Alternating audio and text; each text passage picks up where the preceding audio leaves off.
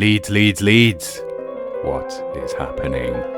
Welcome to Series 6 of Working Hours, an oral history podcast about a place called Leeds, a time called now, and an activity called work. Working Hours aims to record 1,000 loiners, that's people from Leeds, over the course of this, the most important decade in the history of the human species, and ask them about what they do all day and hear how they feel about it. My name is Simon, and this is all my fault. My mission here is to try to map out what my city, Leeds, a city that has declared a climate emergency, did during humanity's biggest emergency. On Working Hours, we hear how loiners have, are, and will be coping with our multiple and expanding crises during their day-to-day working hours. Can we turn things around? We'll find out. To tell this story, I need loiners like you, dear listener.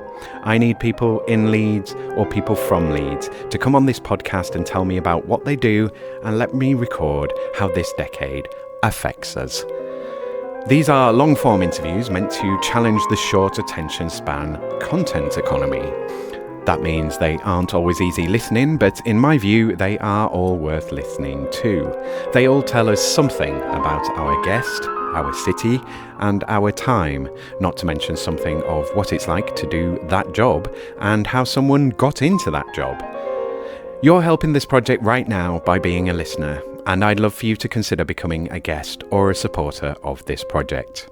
Thank you for listening to this episode. What did you want to be when you grew up? Happy. Good answer. I don't know if you've ever had that answer before. So I was born in Baghdad, Simon, in Iraq, and kind of, very, very different climate. And I had a really, really tricky childhood experience in terms of schooling.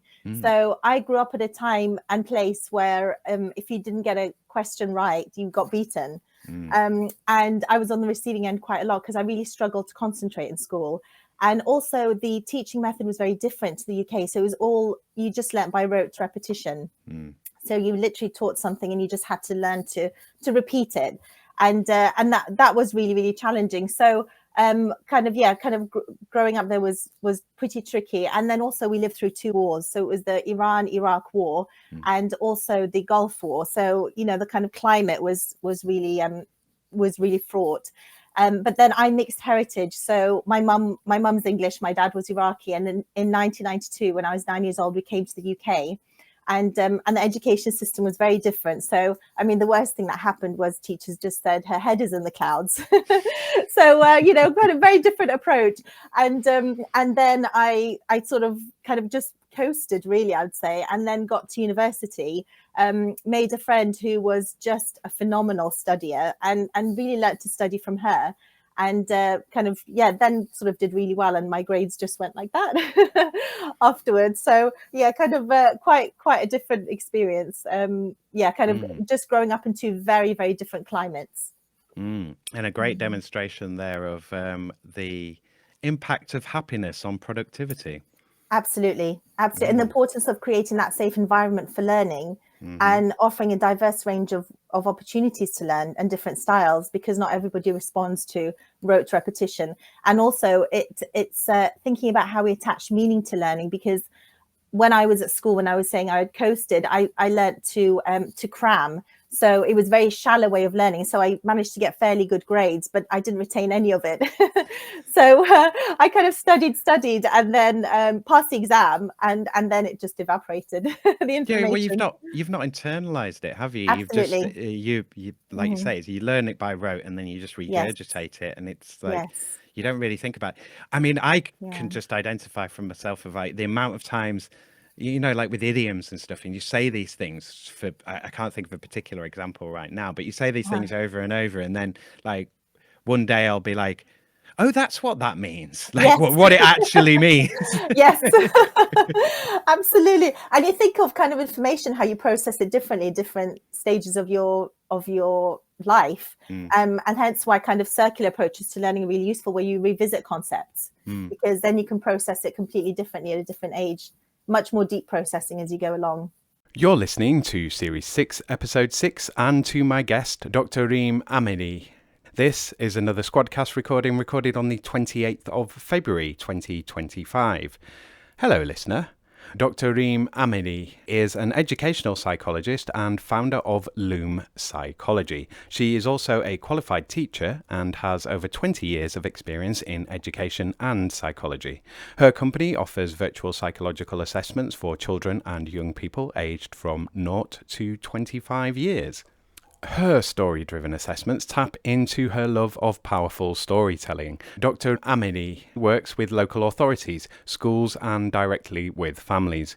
Her mission is to make psychological advice more accessible for children and families through using technology to break down geographical barriers. As a mum of 4 plus 1 fur baby, Reem is always on the go and has a lifelong passion for learning, travel, and chocolate. Right, let's do this. Episode 161 of Working Hours with Dr. Reem Ameri. So you sound like someone who knows a fair bit about learning. So I'm going to jump straight into my next question, which is, what are you doing now? Yeah, so now I'm an educational psychologist, which I absolutely love. It's a great job. And also I'm a founder. So I've founded Loom Psychology. With educational psychology, our company's core offer is psychological assessments. So I offer psychological advice to improve outcomes for children and young people. It's a really rewarding career because you're essentially improving people's lives. It's quite challenging because people kind of come to us when they're really stuck with a situation, when they feel like they've tried lots of things and doesn't feel like anything's working. So I offer psychological advice to kind of move issues, explore issues, kind of navigate processes. But mostly it's psychological assessments. So in the UK, we have a statutory assessment process, and that's for children at the very high threshold of need. So that's to kind of see what support they need in schools, really what support, what strategies they need to kind of really flourish in their setting. And a part of that 20-week statutory assessment process, there's psychological advice. So we have 6 weeks to contribute our psychological advice. So most of my work is around statutory assessments. And but the way that I describe an assessment is it's essentially the story that we tell about a child. So, and for that, for any good story or assessment, we need a framework. And we use something called the golden thread, which is 5 components. And that starts off with what are the child and the parents' hopes for the future? What are the child's strengths? What are their needs? What outcomes do we want them to achieve? And then also what support and what strategies are needed to help them to meet those outcomes. So it's kind of thinking about that kind of storying psychology, really. So I'm a psychologist, but I do think of myself as a storyteller as well. And I love stories. So so it's kind of thinking about kind of clarifying the child's needs and then helping them along that journey. Our work tends to be quite discreet because we sort of come in, assess the child and give advice, and then it's the people who have the continuity of contact with them who kind of implement those strategies. So it's usually kind of a key worker or the teacher in school. It's school staff really who tend to implement it, and also working in collaboration with parents. So they work together. So that tends to be our core offer, statutory assessments. But also we're going to, in the next few weeks, we're going to be offering a wider range of services. So we're also going to be offering parent consultations, and parents can book directly onto those. And that's really useful because often what happens in terms of assessments or any kind of educational psychology time in schools is that the SENCO, the special educational needs coordinator in the school, will prioritize their list of children that they have. So we'll get to see the cases that are really, really high threshold. But with kind of parent consultations, any parent can book on. And we know how useful that is because all of us at some point as parents have kind of gone, oh, I'm really stressed. I wish I could just talk to somebody. And that, just a 1 hour conversation can have such a huge impact, even if it's for signposting somebody. So actually, I don't tend to kind of see people that I know kind of on a personal level. But this parent was just really distressed and not sleeping.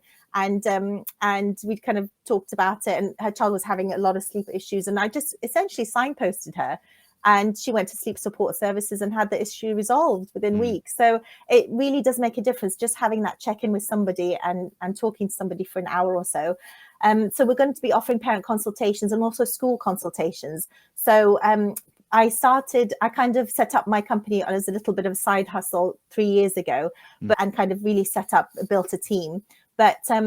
But before that, I was working for 12 years in a local authority, in Leeds local authority, and I was the link educational psychologist for quite a few schools in Leeds. And it was a really good model because we offered school consultations, and that just worked really well. So schools kind of had a point of contact to prioritize children, get advice. So we're going to be offering school consultations soon as well. And within that, we also offer staff supervision and staff training.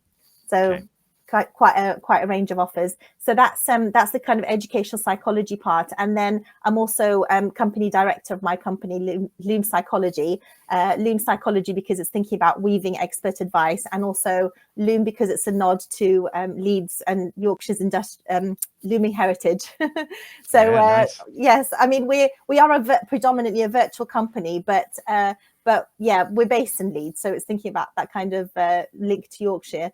And then within that company director role, I've been doing kind of just more the business development side, thinking about kind of leadership. I've just recently done a leadership course and kind of growing the company and the business. So we work at the moment nationwide. So we work with quite a few local authorities across the UK, but it's kind of we're aiming and hoping to kind of expand globally as well. Cool. So yeah, that's pretty comprehensive.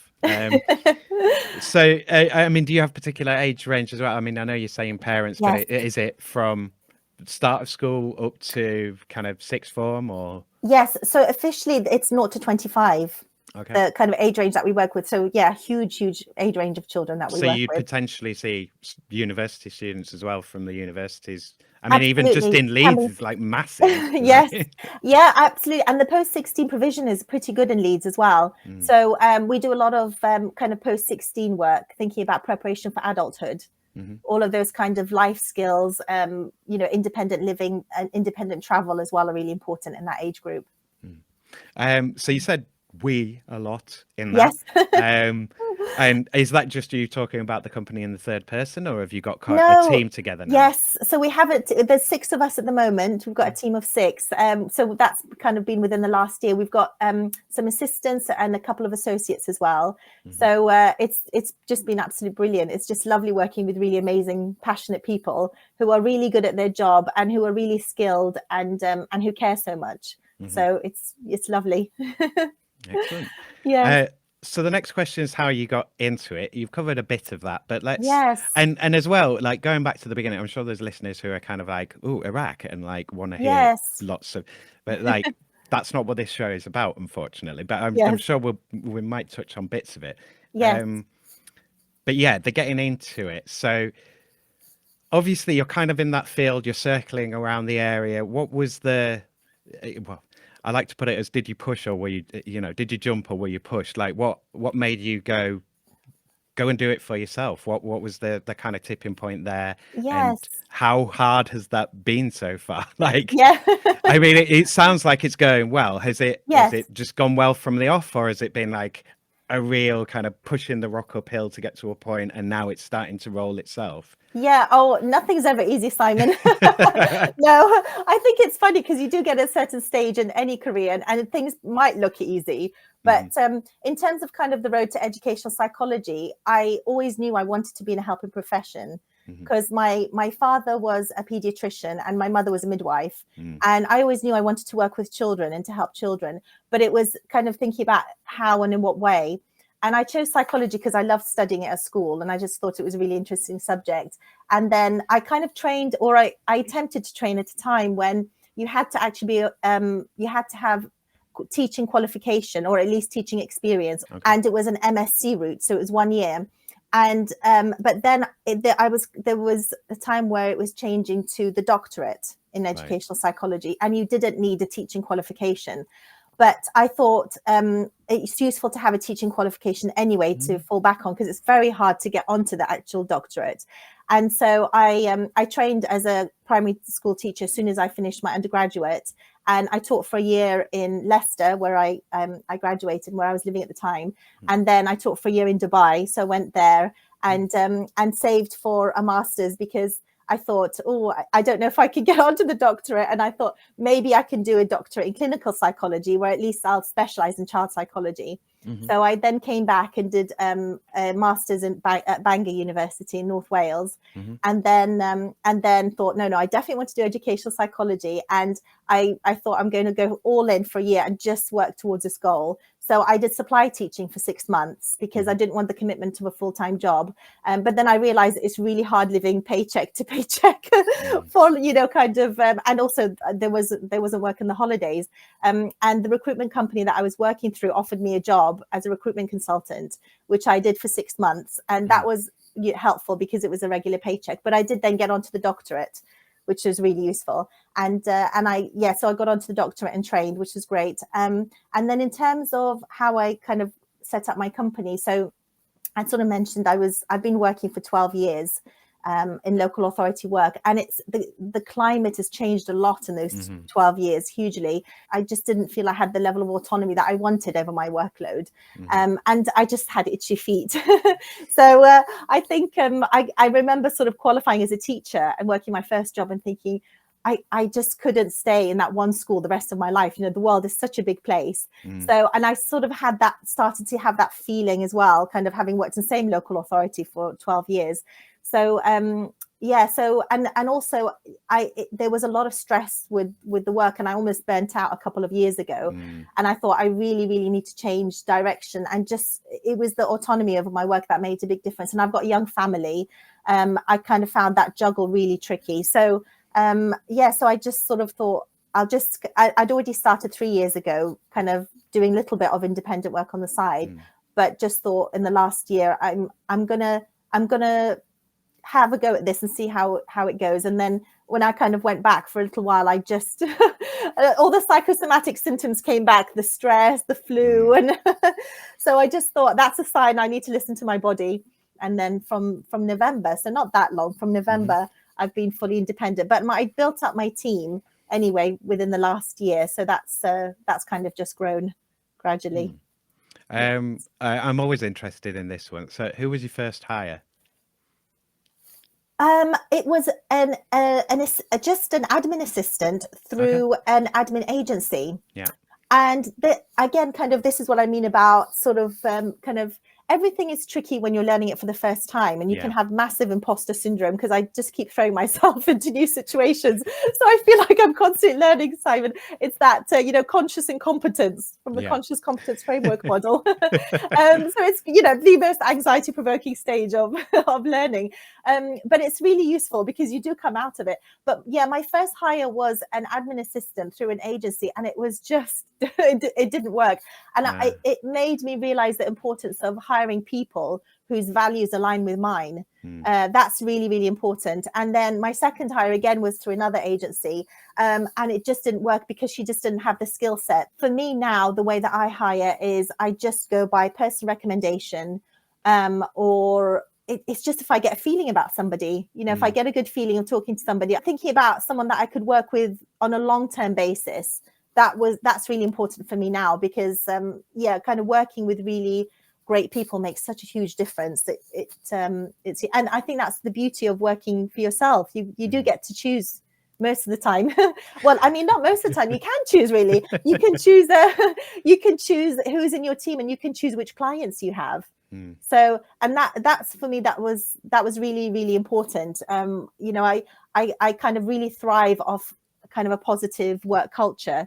And people who are kind of really action orientated, I love working with, people who kind of get things done quickly, who are really committed, who follow through. That's really important to me. So it's definitely not been a straightforward journey. It kind of took a couple of attempts, but I kind of feel like I'm getting there. Well, you don't want to go straight to A to B anyway, do you? You want to go the scenic route. Right. Yes, absolutely. It's a richer experience. Yes. So I'm going to jump straight into the other questions, and we'll kind of tease things out as we go. So I'm going to start us off with COVID. Yes. Obviously, it was a long time. It was up and down at various kind of things. Obviously, with this question, share what you feel comfortable sharing. The main focus for me on this now is going into the lockdown, how your work was affected at the time. Did it increase? Did it drop off? Did it just stay the same? And then coming out of lockdown, What were the kind of permanent changes for you? Was there anything that kind of, you know, did your work change in any way? Was it, the main one is kind of, oh yeah, we're far more used to being on video and conference Yes. calls and stuff, Yes. but there have been some other ones that people have mentioned. But yeah, so what was the experience like for you, work-wise? Yeah, I mean, kind of on a personal work level, it was really hard. It was very stressful because I think, as many people experienced, I didn't have. We all had to work virtually, and I didn't have the space. I had my children at home. I had a puppy. Well, I think we're going back to just at the end of lockdown, but it was really, really hectic. And my husband is a respiratory chest physician, so he was on all the COVID wards. So he was doing really long hours. Yeah. It was really scary because I remember sort of kind of sending him off to work, seeing him off to work one day, and the streets were empty. And I did say to him, I feel like I'm sending you off into battle. This feels really scary. It was really, really scary. And while kind of we were told to stay at home, and I wanted to do that with my family, I literally wanted to put us all in a bubble and just huddle in. But so that was really tricky, kind of trying to manage work, because we all moved online then. And that was a huge shift, kind of the work, because all of our work had been face to face at that point. And we all moved to online working. So initially that was really tricky. Once the children, because my husband and I were part of, what was that kind of scheme, you could put your children to school. Once they went back to school, that was easier. And it just had, that experience though of virtual working had a huge impact on our profession, because they're now, that kind of, that field of telehealth has really grown. People are much more used to it. I still find some cases that I do some assessments, I have to coach the staff through how to do a virtual assessment. And that's a question I do get fairly often, is how do you do a virtual assessment? And kind of because I do a lot of early years work as well. That's kind of one of my areas of specialism. So I have to kind of coach them through, this is what you do, this is what to expect, this is what I'm looking for. So I kind of give them, I have a script that I sort of go through with them for that. So yeah, and the workload kind of hugely increased, really, because of so many issues, kind of mental health. And a lot of it, what I found as well with the work, wasn't dealing just directly with supporting children, but a lot of it was containing staff and supporting them kind of emotionally, and parents. So what I found was, at the beginning of my meetings, I had a good 10-15 minutes where I would just listen to them. And, they would talk about their own challenges. Everyone had different challenges, didn't they, that they were sort of experiencing at the time. So it was giving them a chance to listen, that kind of cathartic outlet, and supporting them as best as I can. And I did do kind of a lot more supervision, staff supervision at that time, to kind of navigate the whole changing landscape that we were in, and kind of give them a lot of moral support, that what the strategies they were doing the right thing, and also that they were doing the best within the circumstances they had. So there was kind of a lot of supervision in that way. And then also kind of coming out of COVID, the impact, there's been huge impact, particularly within the early years, on communication development. So those children who were sort of slightly behind a little bit, or who had some sort of need, it's really compounded those needs. So it's thinking about kind of intervention programs for those children at a kind of group level, where before it might have been a kind of one or two children. So we're definitely feeling the effects of that. And then within the older age group, kind of the very, very anxious secondary school age children, there's been a lot more school avoidance, and it's that's increased a lot. So those young people who were really anxious and stayed at home found it really difficult to go back into the school setting. And that's been a definite growing area of need within the work that within our work. Okay. I'm going to hold off on that. So where do I want to go next with this? So I think what I want to ask here is, so you're doing all this, as we like to call it now, emotional labor, but you're doing it professionally. Yes. You're being paid for it. Who's there for you? Like, are you sort of self-therapizing as you therapize others? Are you kind of telling them and telling yourself, or like, how did you need any support through that period, or was it just a matter of like, I know how to manage this, I need rest, I need to take time off, I need this, that, and the other? Yeah, that's a really good question, Simon. And I can answer, I can tell you who's there for me now. I couldn't at the time, and I think that's probably one of the contributing factors that led almost to my burnout. It was really tricky, and I've kind of got a bit of a double whammy, because from my English side we have the stiff upper lip. You don't talk about emotions, you just get on with it. And then I have my Arabic side, which is my immigrant mentality of you just work, no matter what. Working hard is really important. It's really valued. And so I just sort of worked, and then sort of felt the effects later. It just then kind of really impacted me later. So now I've got a great network of friends, which is really amazing. I have fantastic supervision that I make sure I seek on a regular basis. And I think as well, I'm just more mindful of self-care.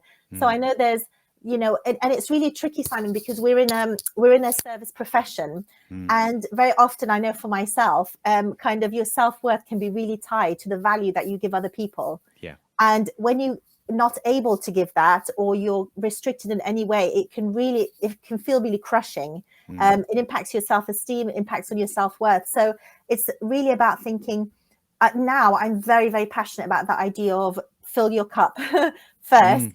And put your own life jacket on first before other people, because you really can't help others if you're not in that state where you're strong for others. So now it's a case of kind of, I'm really conscious of who I surround myself with. I've got a really good group of friends. I've got, you know, my sisters who are brilliant, and my husband is amazing. You know, he's extremely supportive, which is great.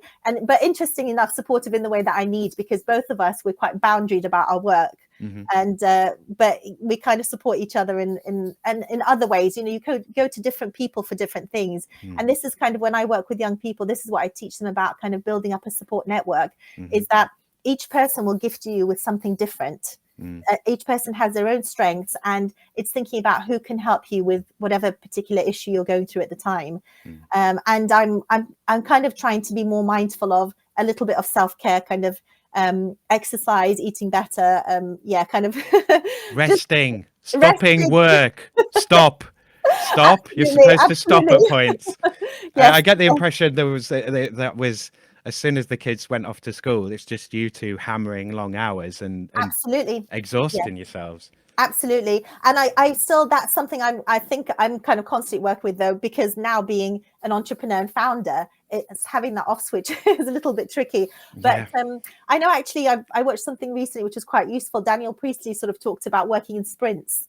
So, you know, kind of do your work, but always have a deadline in mind, or something to look forward to in mind. So I think that's something I'm kind of trying to espouse going forwards, is just thinking about working towards a target and then trying to sort of switch off in lots of ways. I don't find it as tricky now, because I really love what I do. So you know, I do get excited about reading journal articles, or, you know, kind of finding out of how to use, you know, microphones and these sorts of things that you kind of do need for podcasting. So I kind of I really have an appetite for learning, and I love it. But I think it's just thinking about a little bit of sort of self-care in between, and trying to switch off as much as possible. Okay, so I'm going to move us on to the next question. We can, you know, we might come back and revisit any of these points. So Brexit, I keep it in there because, you know, we don't remember the time when it was Brexit, and now we don't hear really about it ever anymore. Now that we've done it, let's not talk about it ever again. Obviously in your line of work, it may or may not have impacted, I don't know, but like, has there been any change in your work since we Brexited? You might not have even noticed because of lockdown, but I mean, you've said yes, so what's changed? Well, I mean, in terms of, I guess I'm sort of thinking more widely about the recruitment process. So kind of within our profession, it's very heavily female dominated. It's heavily female dominated as well within a very particular demographic. So people tend to come in their late 20s because there's you need experience, you need you need your undergraduate at a bare minimum, but almost everybody has additional qualifications because you've got to stand out. So I had a master's and a PGCE teaching qualification.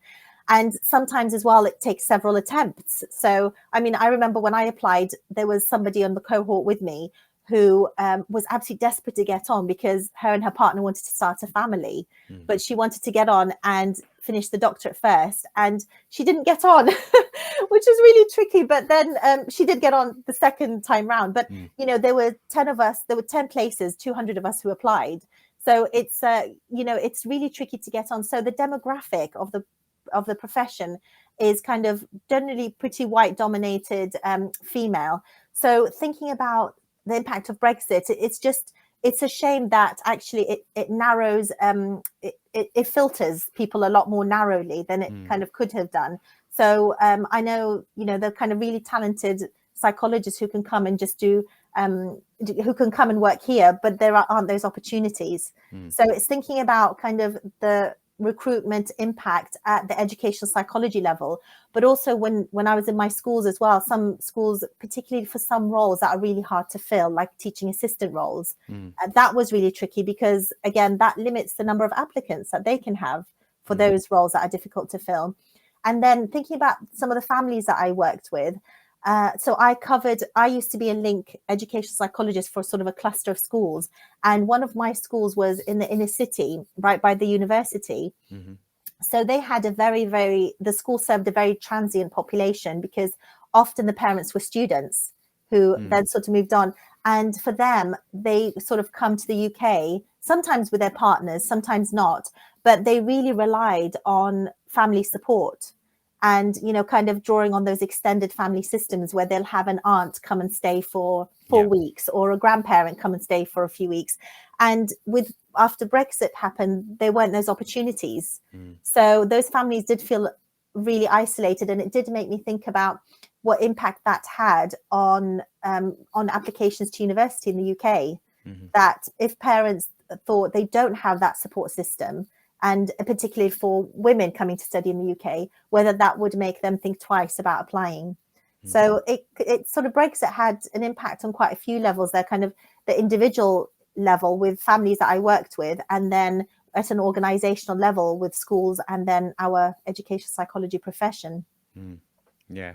I mean, I know, you know, it's no great secret that it had a huge impact on staffing levels in many sectors, and you know, and a lot of anxiety for a lot of people in terms of what's my status now, what's my immigration status, and so that will have been stuff that you'll have been dealing with as well. So, but exactly. I suppose after it had happened, you know, most of those people had either figured out what was going on or they'd gone home. Or,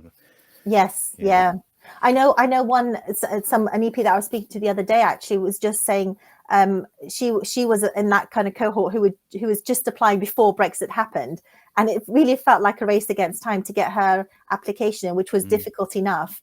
And but she managed it. But it is a shame that we don't have the opportunity to access talent internationally, particularly when we're thinking about the world in terms of kind of global opportunities.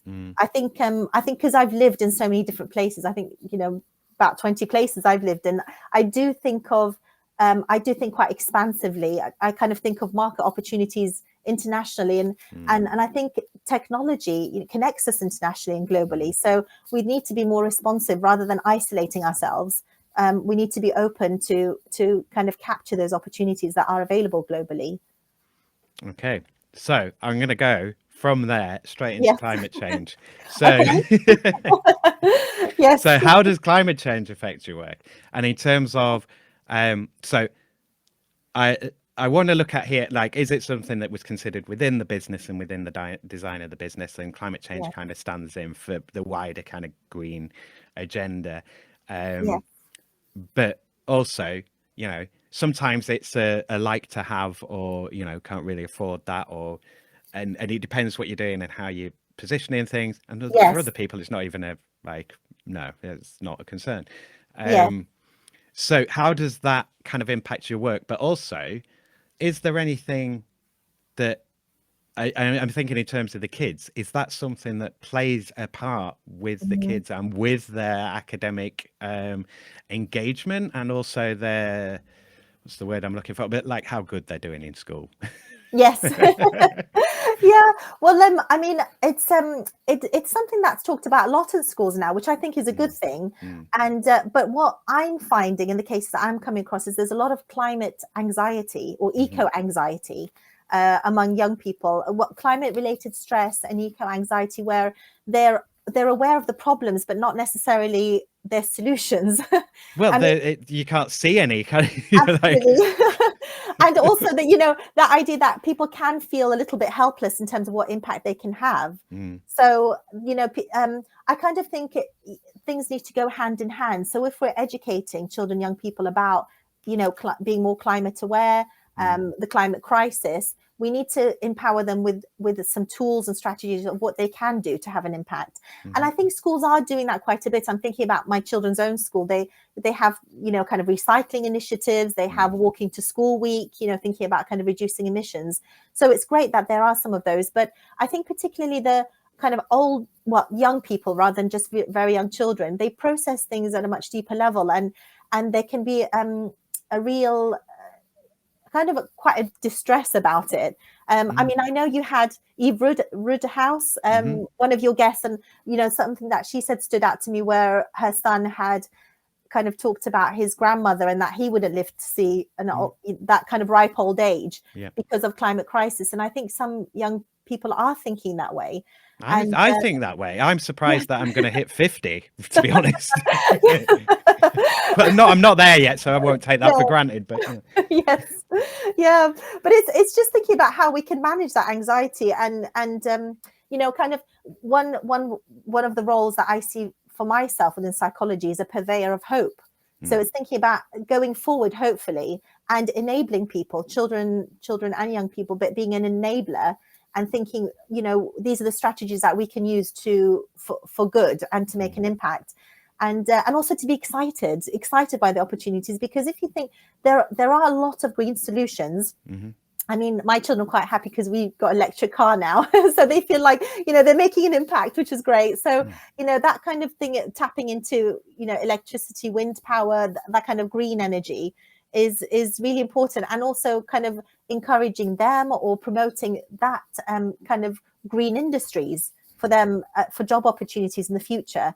I think it's always looking about the opportunities that are available. And we are, I think, really lucky to live in this technological age where you know, there are lots of challenges, but also incredible opportunities. mm.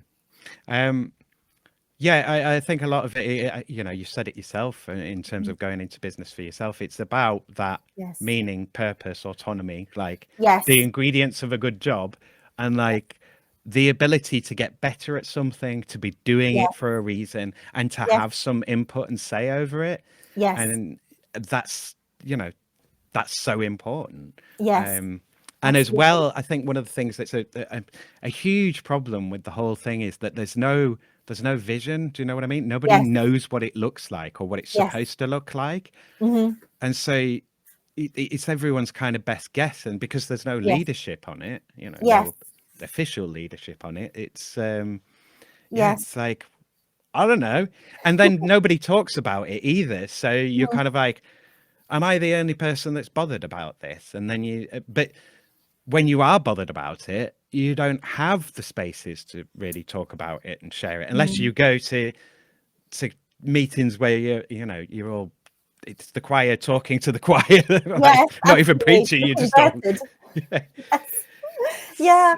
And I think it's true, actually. And I think there are ways of talking about things, aren't there? And I think sometimes if it's thinking about, I think what's really important in our role is letting young people be mindful of the sources of information that they consume from. Hmm. So not just thinking about what they're going to do in the future, but what are they consuming on a day-to-day basis, Yeah. and where they're getting their information from. So if you think about the things that kind of gain our attention, it's often sort of fear and Yeah. you know, the things that are novel. Outrage. Yes, absolutely. Mm, And things, you know, like the news is very much you know, uses that strategy of kind of mm, fear mhm, to gain attention, but it doesn't serve a useful purpose, I think, for our young people.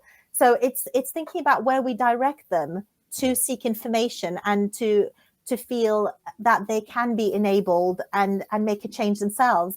And I think I mean, in terms of what the things that I've done, I kind of I don't know if you've heard of Nexus. So it's a brilliant innovation hub, here in Leeds, that we have kind of between that sort of links businesses, the university and the local authority. And it's absolutely great. And they had their 5-year anniversary dinner a while ago that I went to. And somebody on the panel, they kind of Cameron Rashid, he mentioned something that was really useful. And he said he saw himself as a social entrepreneur. So thinking about the triple bottom line of people, profit and planet. And I think, if we enable young people to think in a kind of visionary way, that they can have an impact across multiple domains, a really positive impact. I think, what you said there kind of earlier, Simon, about nobody knows where they're going. Was it something like that you said? Yeah, well, there's no vision. There's vision, no, like, nobody knows what it looks like. Absolutely. It should look like. Yes, yeah. And I think that's what kind of I do in my work sort of every day, is trying to clarify that vision for young people by asking the question, first of all, what are your hopes for the future? So I think if we have a really clear vision of, you can serve and work in a way that benefits the planet as well as people and make a profit and a living. I think that's really, really important. The messages that we give to young people are very important. I kind of hold the same kind of ethos and the same thinking principles when it comes to diagnosis. I don't think it's any use diagnosing without giving some strategies or kind of ways of how you're going to manage that going forward. Because if you just give a diagnosis, or if you just point to the problem, people will just feel really disabled then and disempowered. So I was thinking about what are the narratives, what information and what key messages are we giving children, young people, to make them feel empowered and make a difference going forwards. Yeah, I think that resonates massively with me. I mentioned before we started recording, going to the educational psychologist, being diagnosed with dyslexia, comorbid with dyspraxia. And the university said, "Oh, he says that about everyone." So, but yeah, I mean, it made sense, but it was one of those things where it's like, that makes a lot of sense, and certain things fall into place. As you said, you've already got loads of coping strategies that you've got in place. It's like, he described it. It says you're a racing car, but the wheels are wonky. And he says it'll get harder as you get older, like those coping mechanisms. See, I can't even speak. Those coping mechanisms will start to fail and get more complicated as you get older, and things get harder, and that's starting to resonate with me. But at the time when I got the diagnosis, it was the thing of, how do I feel about this label? What it makes sense to me, but like, is this just something that I'm going to use as an excuse now? Does it mean that I'm disabled? Am I disabled? What does it mean to be disabled? And and sometimes I would tick on applications that I do have a disability, as if you get a guaranteed interview or whatever. Other times I'm not going to say. But it's the whole, like, you have to put support in there as well, because it's that thing of like, and it's not quite the same as a diagnosis in the hospital where they say you've got this particular thing.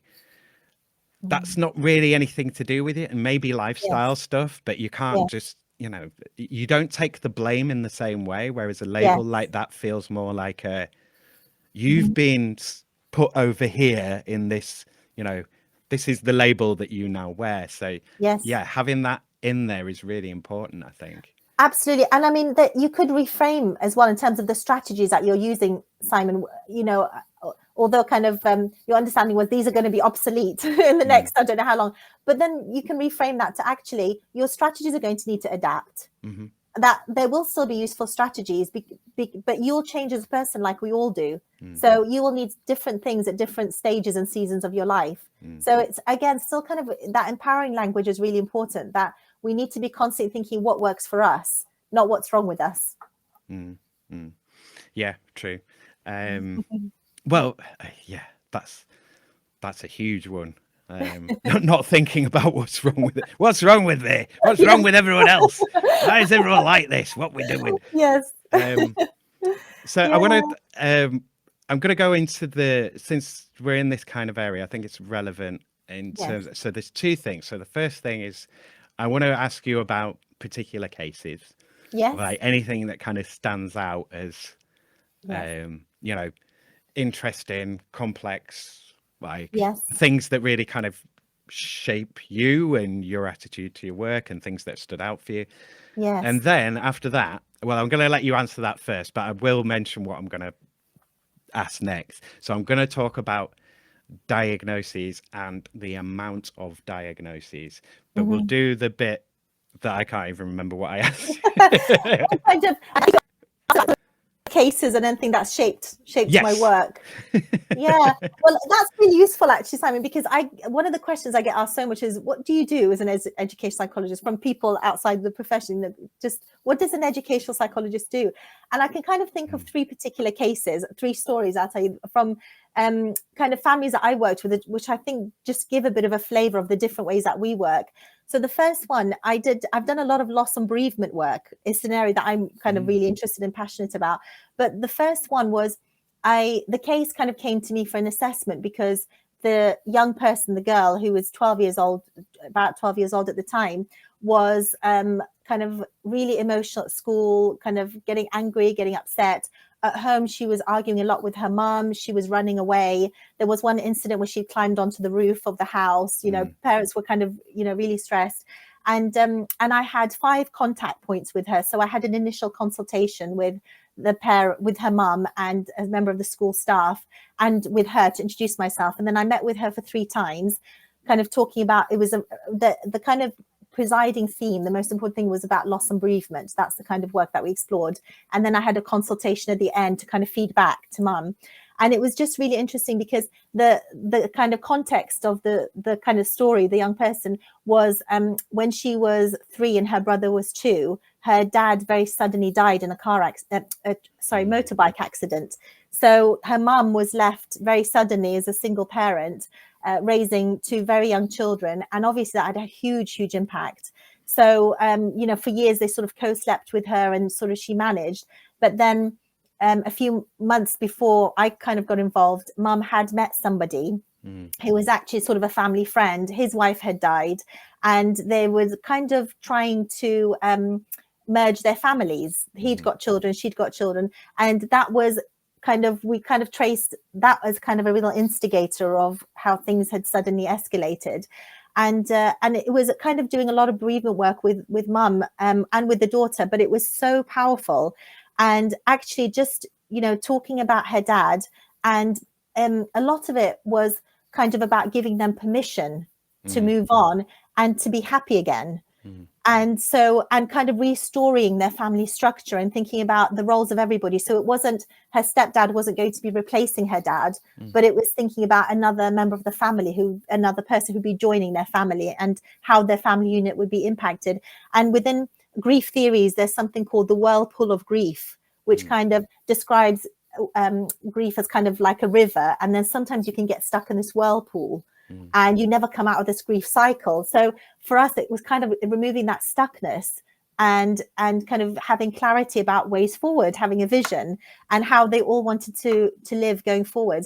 And it was amazing because, kind of talking openly about that situation, and how, how they wanted their family to look different, but also to kind of acknowledge their past was really powerful. And it was lovely because there weren't any incidents of running away. She stopped running away.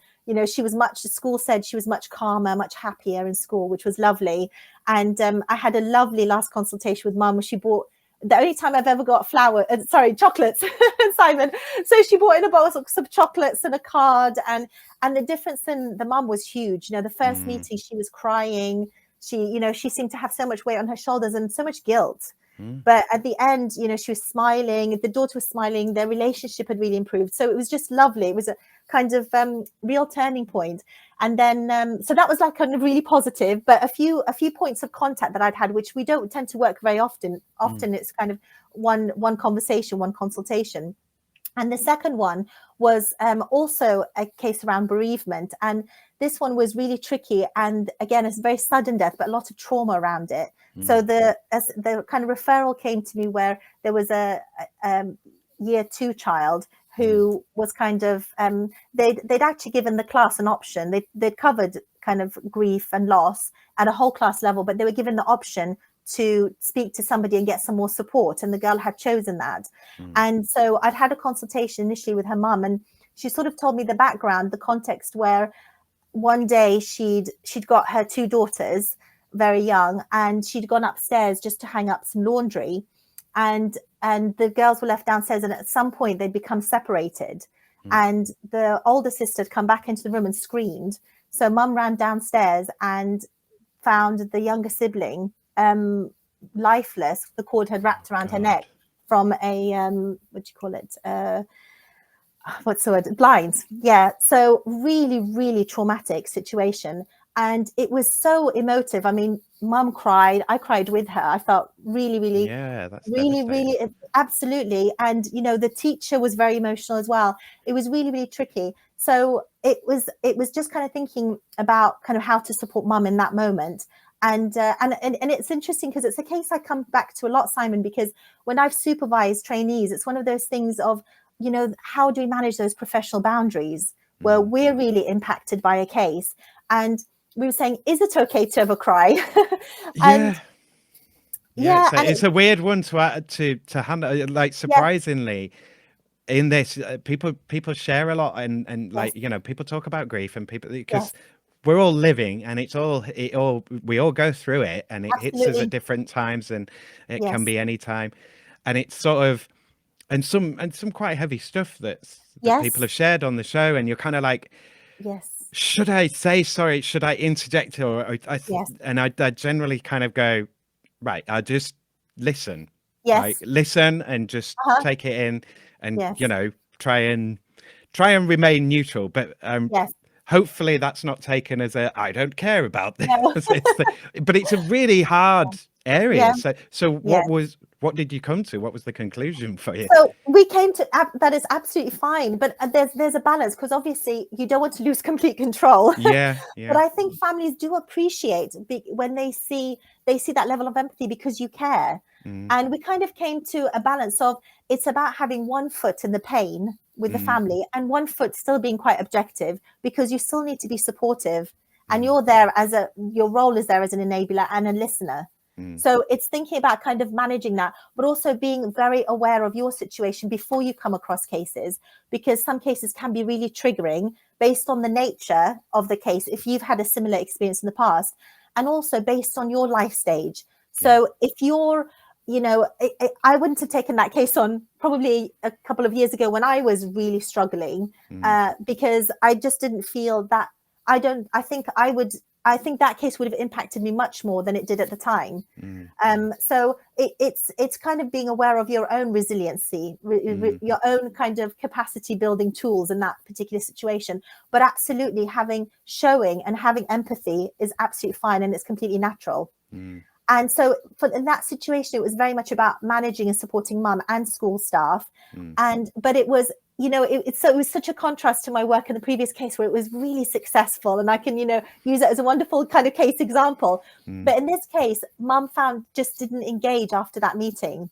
It was really difficult. And I really felt that she was still really stuck in that, you know, that kind of grief, which is so natural given the circumstances of the loss. And so in that situation, our work was still about supporting the child through the people that she has regular and ongoing contact with. So she was still able to meet with them and kind of, you know, speak to them and get support. And they still offered support at a whole class level, the school. But my role was very much about supporting the staff as well. Because the thing about, you know, you mentioned there, Simon, of people have shared stuff. And I think that's great, because it is testament to you as well that people feel safe enough to share information. Because a lot of the time, what stops us from sharing is thinking about, is the person who we want to share with able to receive that information? And that's really important. We make that assessment in our mind. So hence why when I work with families, I feel so incredibly privileged that they choose to tell me these things. I mean, you know, that I think because I think you're offering them that confidentiality, that safe space, but also you're offering them a chance to release that, which not they can't to everybody. I think it goes back to that point I mentioned earlier of you kind of choose the people that you get different information with and who you go to for different levels of support. Yeah. So it's really, we have really, really powerful conversations. And this is where it kind of goes back to the importance of fantastic supervision and important support, because you can imagine the day that we have when we go home, having listened to a case like that, particularly if you've got young children. I was pregnant at the time with my first child. So it was really kind of an emotional topic to listen to. And an educational psychologist that I listened to recently, she was great. She did a workshop and talked about, there's poetry in supervision and the importance of supervision. And she said, if I'd had really great supervision if I'd had supervision when I was teaching, I wouldn't have taken children home in my head. Yeah. And I just love that phrase, because we've all done that, in our work as educational psychologists and our work as teachers, or in any other capacity, that we go home and we have these cases that we think about that just really affect us or really touch us in some way. And it's thinking about, again, kind of what you said earlier, Simon, who's there for us, and having that kind of skilled practitioner who can help you to work through those cases and think about them in a way where you don't have to hold them. And you're not the only person with that kind of level of concern, and you can reframe it and process it in a much, much better way. So that was kind of the second case. And then the third one that I can kind of think of, again, it was just a one-off consultation I had, but it was around a young person, a boy who was 14, in a specialist setting for children with social, emotional, mental health difficulties. And it was really tricky because he'd already had a lot of difficulties in mainstream school. That's why he was in that setting. But he was having a lot of difficulties in the community as well. So kind of engaging lots of antisocial behavior on a pretty much daily basis, really, really prone to grooming. He was mixed heritage, which I could really identify and resonate with those cases, because I, coming to the UK, everywhere we moved, I was different. So it's really, really tricky. And particularly being kind of, he was half black, half white, and I'm kind of half brown, half white. And sometimes you can have this feeling of not being, in my case, it was not being brown enough and not being white enough. Yeah. So, you're kind of stuck in worlds. And for years, people would always ask me, where are you from? And I realized that's the question that they're asking because they're just trying to make sense of me and work out what box I fit in. So it's a kind of, this case sort of really resonated with me just because of the young person that I was working with. I really felt like he was searching for meaning, for a place, for some kind of connection with people.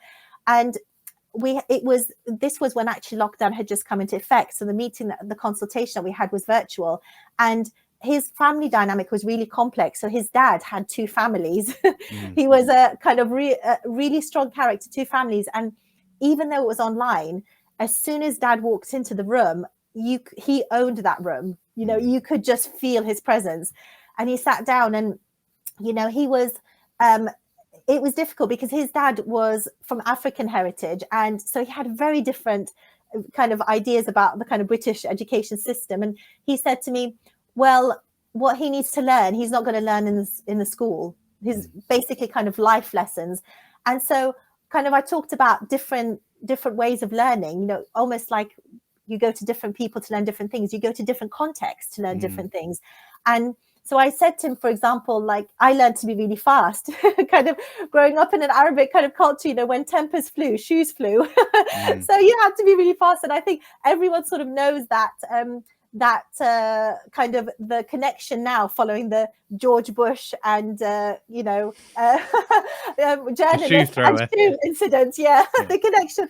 So I'd said to him, kind of, if you know about the kind of the heat-seeking shoe, the one that turns corners. And actually it was brilliant because it just broke the ice. And he started laughing, and suddenly we were on the same page.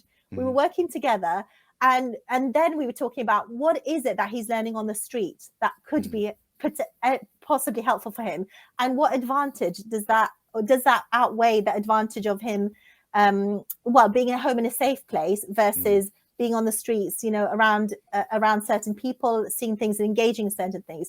And it was great because then he said, well, actually, yes, this isn't helpful for him. And we kind of had this planned then that he would be in a supervised environment. So he would be at home with mum or supervised by dad. So, and that had huge consequences because then he wasn't engaged, the incidence of antisocial behavior obviously drastically reduced because the opportunities weren't there. And it gave the staff a chance to implement the more ongoing strategies of thinking about, managing risk, being more informed with risk taking, making better decisions, thinking about assessing people, who is a stranger, who is a helpful stranger, who's an unhelpful stranger, and coercion, managing and covering those themes of coercion, autonomy, all of that. So, kind of 3 different cases, they're very different sets of work, but also very different outcomes. And kind of thinking, so I kind of hope that kind of gives a little bit of a flavor of some of the work that we do. And but it is very emotive work because, like I said earlier, Simon, we tend to get involved when there are difficulties and in really emotive environments. So we wear lots of hats. So we're psychologists, we're storytellers, we're enablers, social workers, exactly, and mediators sometimes when there's relationships are broken down between school and home. So it's managing a lot of roles. So there's a lot of kind of, it's quite emotionally draining in a lot of ways if you struggle to manage it and if you don't have those support systems in place. And I always say there's kind of 3 work environments that are really emotive, and that's schools, hospitals, and airports. So, those kind of 3 areas, I think particularly we need to really. It's where people separate, isn't it? Yes, you drop your kids off at school. Yes. You drop people off at the airport. What was the third one? Sorry, hospitals. Yeah. Yes. I mean, that speaks for itself. Yes. But yeah. And the mediation thing, I mean, it's like, I was thinking as you were saying, it's like you mediate it, but how, that's a weird one, like in a therapeutic setting, because obviously like in a, psychotherapy kind of environment, you're just dealing with the individual and you're talking to them. You don't go and report back. You don't talk to their family. So, and obviously they can build trust through that because they know you're not sharing this with anyone. How does that work with a young person when they know that it's like, I guess you have to really set the boundaries at the beginning of like, okay, I'm going to tell, or at the end of like, I will tell your parents this. Like, how do you manage that? Yeah, so essentially it's sort of oral contracting. So whenever I work with a young person, I do explain to them that my role, what I do, I'm here to listen to them, to help them. And also, but what they do tell me will be confidential unless I have a real concern that they're a danger to themselves or to others. So I kind of caveat that all the time because I think, it's really important for them to know that because we're there in a safeguarding capacity as well. But also, I always do ask for permission to share what we've talked about with the key people in their life. So their parents, because I do always have a consultation afterwards. It's I never just see the young person by themselves because I work as well from an ecosystemic psychological perspective, which is thinking about the biggest impact we can have is supporting the systems around the child. So when we think about kind of using the plant metaphor, if a plant is wilting, we don't think what's wrong with the plant. We add water, we give the soil nutrients, we move it to a lighter spot on the windowsill. So it's thinking about, what are the systems around the child that we can have an impact on, and also have the biggest impact by giving ongoing value. So kind of giving the strategies for the people who are going to be supporting them on a day-to-day basis. That's sort of the way that I kind of tend to think of things. So contracting is really important with children and with young people and parents. And with parents as well, it's really important that they know we will only share information if we really, because sometimes where we've worked with in kind of child protection cases, we do have to refer and we do have to pass on that information. It's some things you're not going to share with them. You have to say, look, I'm going to talk to your child and there's stuff that I'm not going to tell you that they tell me. So yes, but it's funny, Simon, actually, because you find children want to have a voice and they probably want to speak to their parents as well. They're like, I know that I won't get anywhere with telling them this. yeah. And I think, but that's where it's really helpful having a independent person or person on the outside come in, because we all have that when we're really close to the problem or the issue. Yeah. We can't look at it objectively, and it's thinking about you know, that kind of mediation, but also managing things so that there's equity in terms of points of view. And often I do the pupil voice or the child voice section just with the child, because I think it does feel safer. You are always mindful of your audience. So I think where they might want their parents to hear something, they might not feel comfortable saying it directly. It might feel safer to say it in a one-to-one and then know that I'm going to then use that information and pass that information on. But I do kind of, you know, record and I'm mindful as well of how I capture the information, because I do think that this child may read this report in the future, and we want to try and make sure that it's an accurate reflection of the child as much as possible. So where the child says something, I try and record it verbatim. So, you know, that they said it kind of exactly as it is. And then the interpretation I do with them a little bit, but also with the adults and the other key people in school who know them best. Yeah.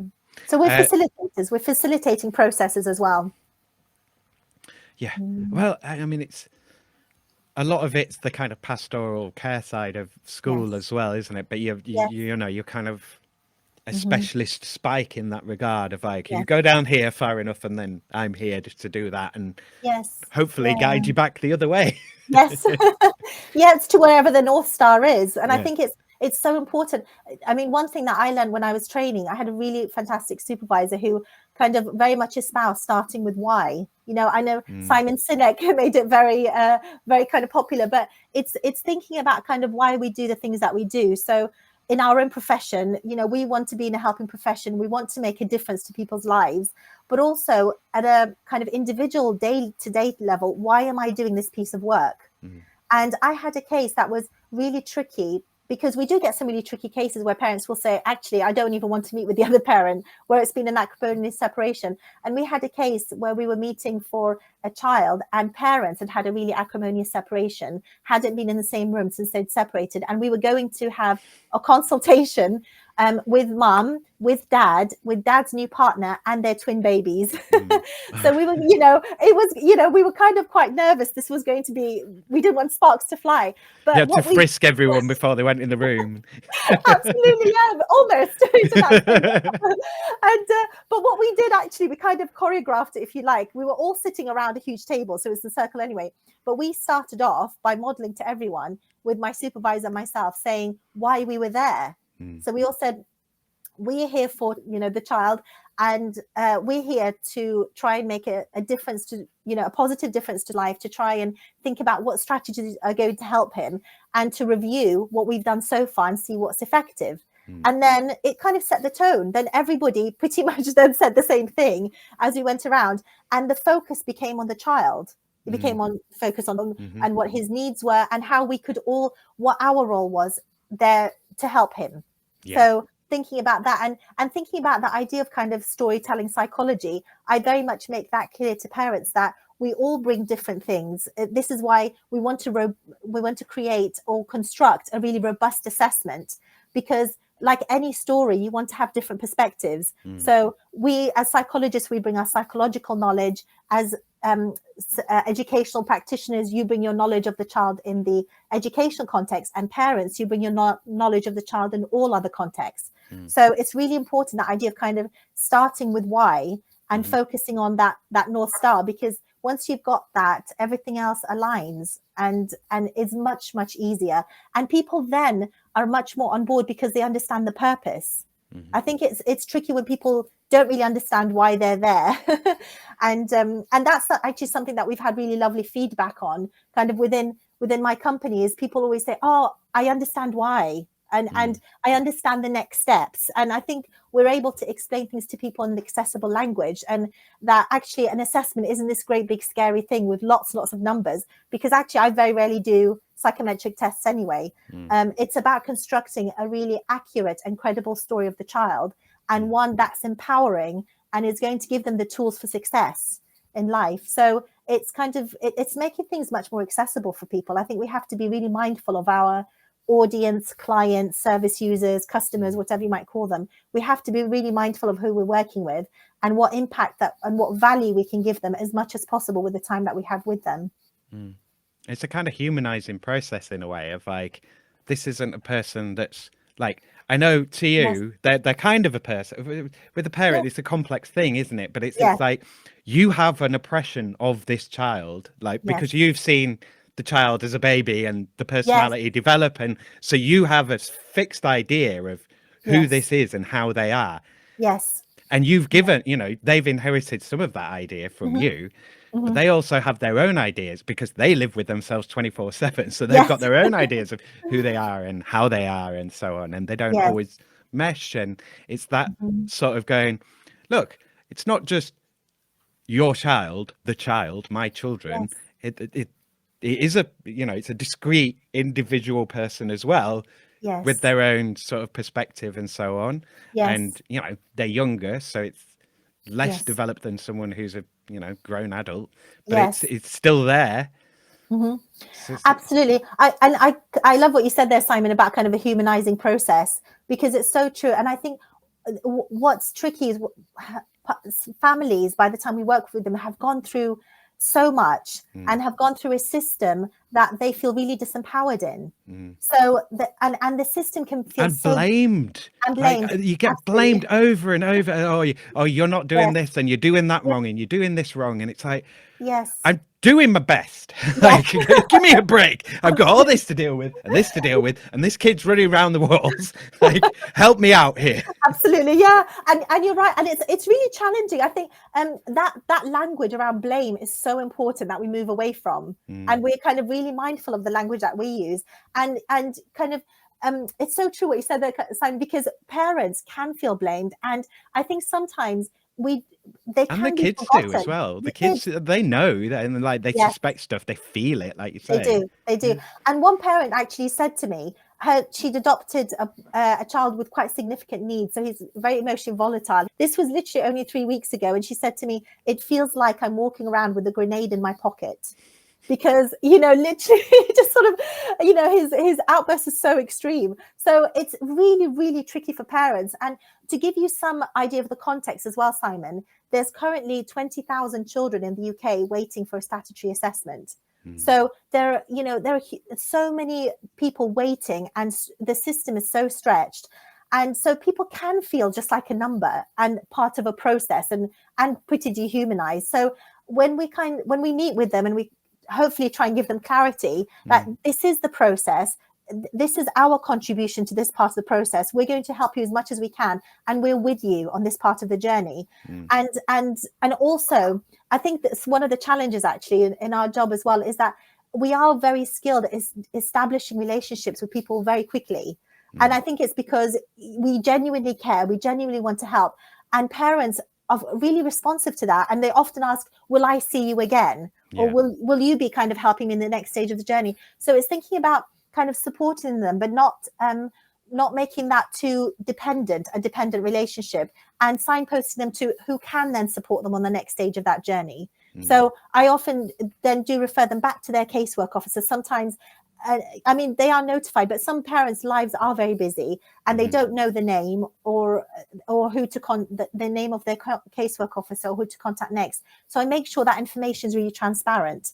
So just something like that makes such a huge difference, that they know, okay, this is the next stage of the process. But I think a lot of it is the waiting that's really, really stressful for families. And if we think about our work, it's most impactful when there's early intervention. So we want to facilitate those early interventions as much as possible. And that's something as a company that we're working towards to try and assess as quickly as possible. So we can now do them in 24 hours. Wow. So, I mean, one of the local authorities that I work with recently sent me a message, because we have 6 weeks to provide our psychological advice. And they emailed me saying, I'm really sorry, this case has come in. We only have 1 week to do the assessment. Is that enough time for you? And I said, that's fine. And our team got onto it straight away. And then I called him back the next day and said, the assessment's done, it's been uploaded, you can have access to it. So it was just really great. And that's only possible because of 3 things. That's because we've got a great team. So having really skilled people, having really good systems in place, so we're not wasting time The time is used really economically, and having a really good framework. So we use the golden thread, the storytelling framework. So kind of having clarity around frameworks, processes, and people is kind of so important. And it fits in with kind of our service values of early intervention is best. It's really, really impactful. And we have to work in the best way that we can to deliver the best service as quickly as possible. Yeah, it's that harm reduction, isn't it? So, yes. And especially in a circumstance like that, where someone's in a developmental stage. Yes. Like things that go wrong there, yes, they go wrong. They can go wrong permanently. Absolutely. And then also, if you think of it from a cost benefit analysis, the cost to the local government, the NHS, is then huge because you're dealing with issues that are much more entrenched. Yeah. So it complicates, doesn't it? So you get the comorbidities, and then other things come in, and then there's all the stressors, and then the people with worrying and anxiety, and And one of the things that I was kind of very interested in, I did my doctoral thesis on, was selective mutism. And there's on average of 3 to 4 years between identification of the issue and intervention.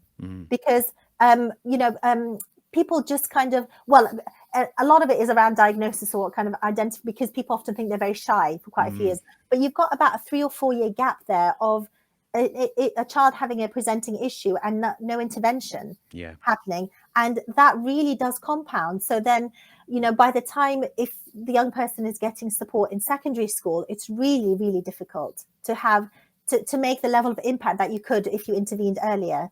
So it's really important with kind of any diagnoses, but any kind of presenting issues or challenges, thinking about early intervention is absolutely key. We talked about that kind of before we came on, didn't we? With the waiting lists for diagnoses and things is But I think we can manage that by having more efficient systems as well. I'm sure it's in the NHS as well. There's so much. I think sometimes resources aren't allocated the best way that they can, and processes aren't as streamlined as they could be. So there's a lot of scope there for making a positive impact and reducing wait lists and giving a service more, providing a faster, more effective service. I mean, typically, how long would you take for an assessment? I'm guessing it's like an hour or so. So the assessment has kind of three or four main parts. So the assessment really starts off with the paperwork that you receive. So you need to look at all the paperwork to kind of get an idea as well and summarize that paperwork. And then I meet with the child or young person virtually, or I observe the child if they're in the early years. And then I have a consultation as well with setting and with parents or carers. So ideally, and most of the time, that consultation is done with both at the same time. But sometimes for whatever timetabling issues, we can meet separately. So it's triangulating the data from a range of sources. So kind of parent and setting consultations, meeting with the child or observation, and from all the paperwork that's received. Because there's obviously a risk that I'm thinking of GPs, like I've got 10 minutes to go. Yes. Bang, right, get out, next one. Yes. And and even if you didn't, even if you wanted to treat the whole person and not just the symptoms, you can't do that in 10 minutes. No, absolutely. I mean, typically we get 2 days to do an assessment most of the time, but we've reduced it down to a few hours. So we can do them we can turn around an assessment in 24 hours if we really need to. Yeah, I mean, obviously that depends on the complexity of the case, but if it's just something that's kind of, because there will be things that are just standard, like bog standard. This is straightforward, but then as well, sometimes you can misdiagnose that, can't you? Because you miss something or something's not been said, and then I didn't have all the information there. So yes. I think with regard to miss something, but I think you can alleviate that by having really skilled practitioners who know which questions to ask, because I know exactly which questions I'm going to ask because I know where the holes are. So something that's often missed is information about sleep.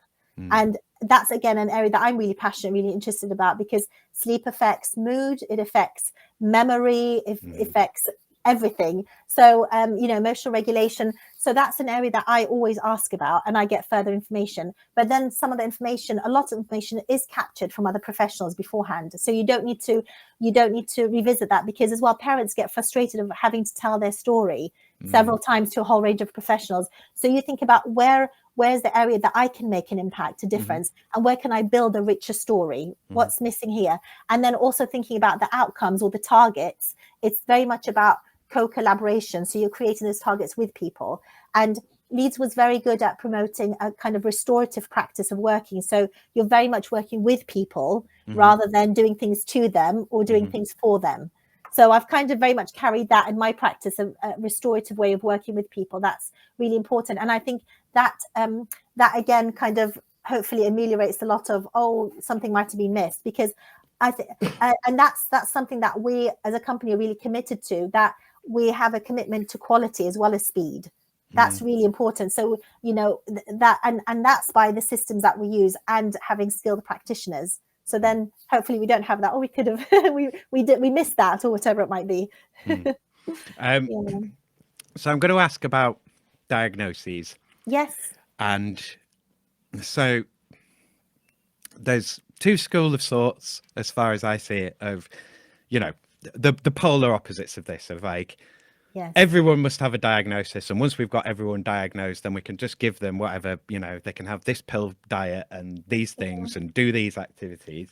And then there's the other end, which is like, this is all nonsense, and it's over-egged, and it's like like a sort of semi-religious kind of hokum.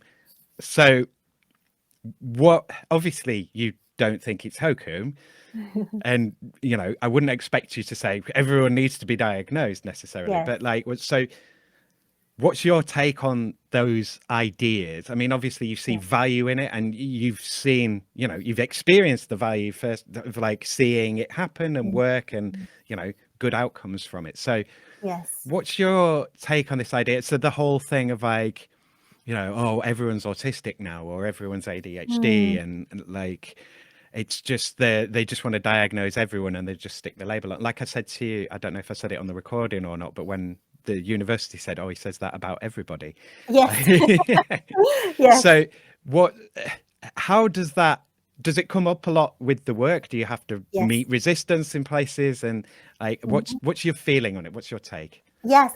Well, we, I kind of, we talked about frequently asked questions. One of the ones I get is, do you diagnose, or do you assess for dyslexia and things, which I don't assess for dyslexia. We don't diagnose as educational psychologists. But for me, to answer that question, it's very organizational dependent and individual dependent. So at an organizational level, there might be an argument that, people may argue you don't need a diagnosis, but actually you do. In some, you do need a diagnosis to access some resources. So now within Leeds, in order to, and within a lot of local authorities, in order to access additional support for your child, you need to have an education healthcare plan. And in terms of accessing specialist teachers for autism, you need an autism diagnosis. So actually, you do need diagnoses unlock certain resources for people. And I worked within the early years diagnostic team for autism, and it was really tricky, because actually the biggest challenge was parents were just on the waiting list and waiting to get an assessment and waiting to get a diagnosis. And that system was really well arranged, though, because it required a multi-professional team to diagnose, and then also part of that team, the health visitors and the clinical psychologists and speech language therapists, then met with them afterwards and gave them a plan. So they said, okay, we're going to meet with you. We put the date in the diary. And I think that's brilliant when you can kind of punctuate contact with parents within the timeline, because then they know when they can ask those questions, and they can contain that anxiety as much as possible, because they know they have a time frame of when they're going to see somebody. So it was really, really well arranged in that way. And so parents had a diagnosis, but they also had a clear way forward. And it was a brilliant model.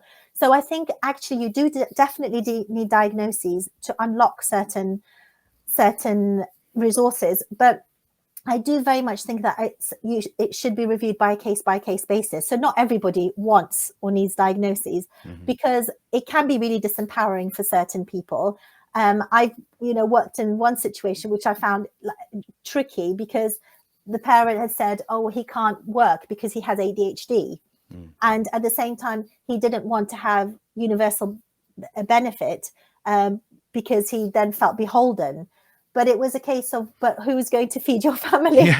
It's a bit tricky. Okay, they're both great ideas, but how are you going to live with that? Exactly. And it's tricky for me, Simon, because I mean, I've lived in a country where there's no universal healthcare, no universal credit. Yeah, you're proper old school hard knocks of like, shut up and I mean, pull your bloody socks up. What are you playing at you? it was really tricky. It was one of my tricky conversations. I mean, I remember kind of when I was really little, my mum had a dream that her mother-in-law was kind of handing out food, and we went to the mosque and we were giving out food, and we'd kind of had this Arabic dish called dolma, which is stuffed vine leaves. And I remember children coming to us with plastic bags, and it was just something that just struck me. And I remember thinking, where are their plates? And of course, because they had no belongings, they were filling their plastic bags with food to take with them. And so, I think if you grow up in this country, you can really easily take it for granted that you have access to healthcare. I know our system is absolutely challenged. People might say it's broken. It's definitely overstretched. It's creaking, but it's still, it's something. It's something there, yeah, absolutely. And when you compare us internationally, particularly actually with SEND, special educational needs, we are leaps and bounds ahead of some other countries. So it's a challenging system, but there's so much benefit. And I think it's really important not to take that for granted and to use whatever support you have there.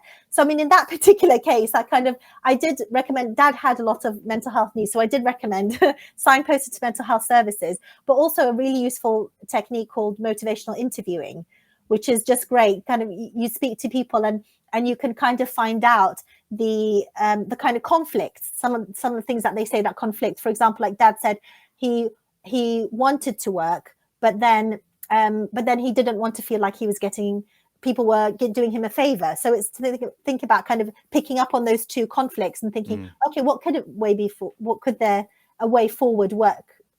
Be useful. Yeah, how do we address both those issues? And exactly, so kind of very solution focused. Yeah. So I recommended that in that situation, and it was just a one-off meeting, so I didn't have that continuity of contact. But I think people could make progress and support Dad with that if they were meeting with him regularly and kind of using specific strategies, whether it's cognitive behavioral therapy or restorative approach, and motivational interviewing.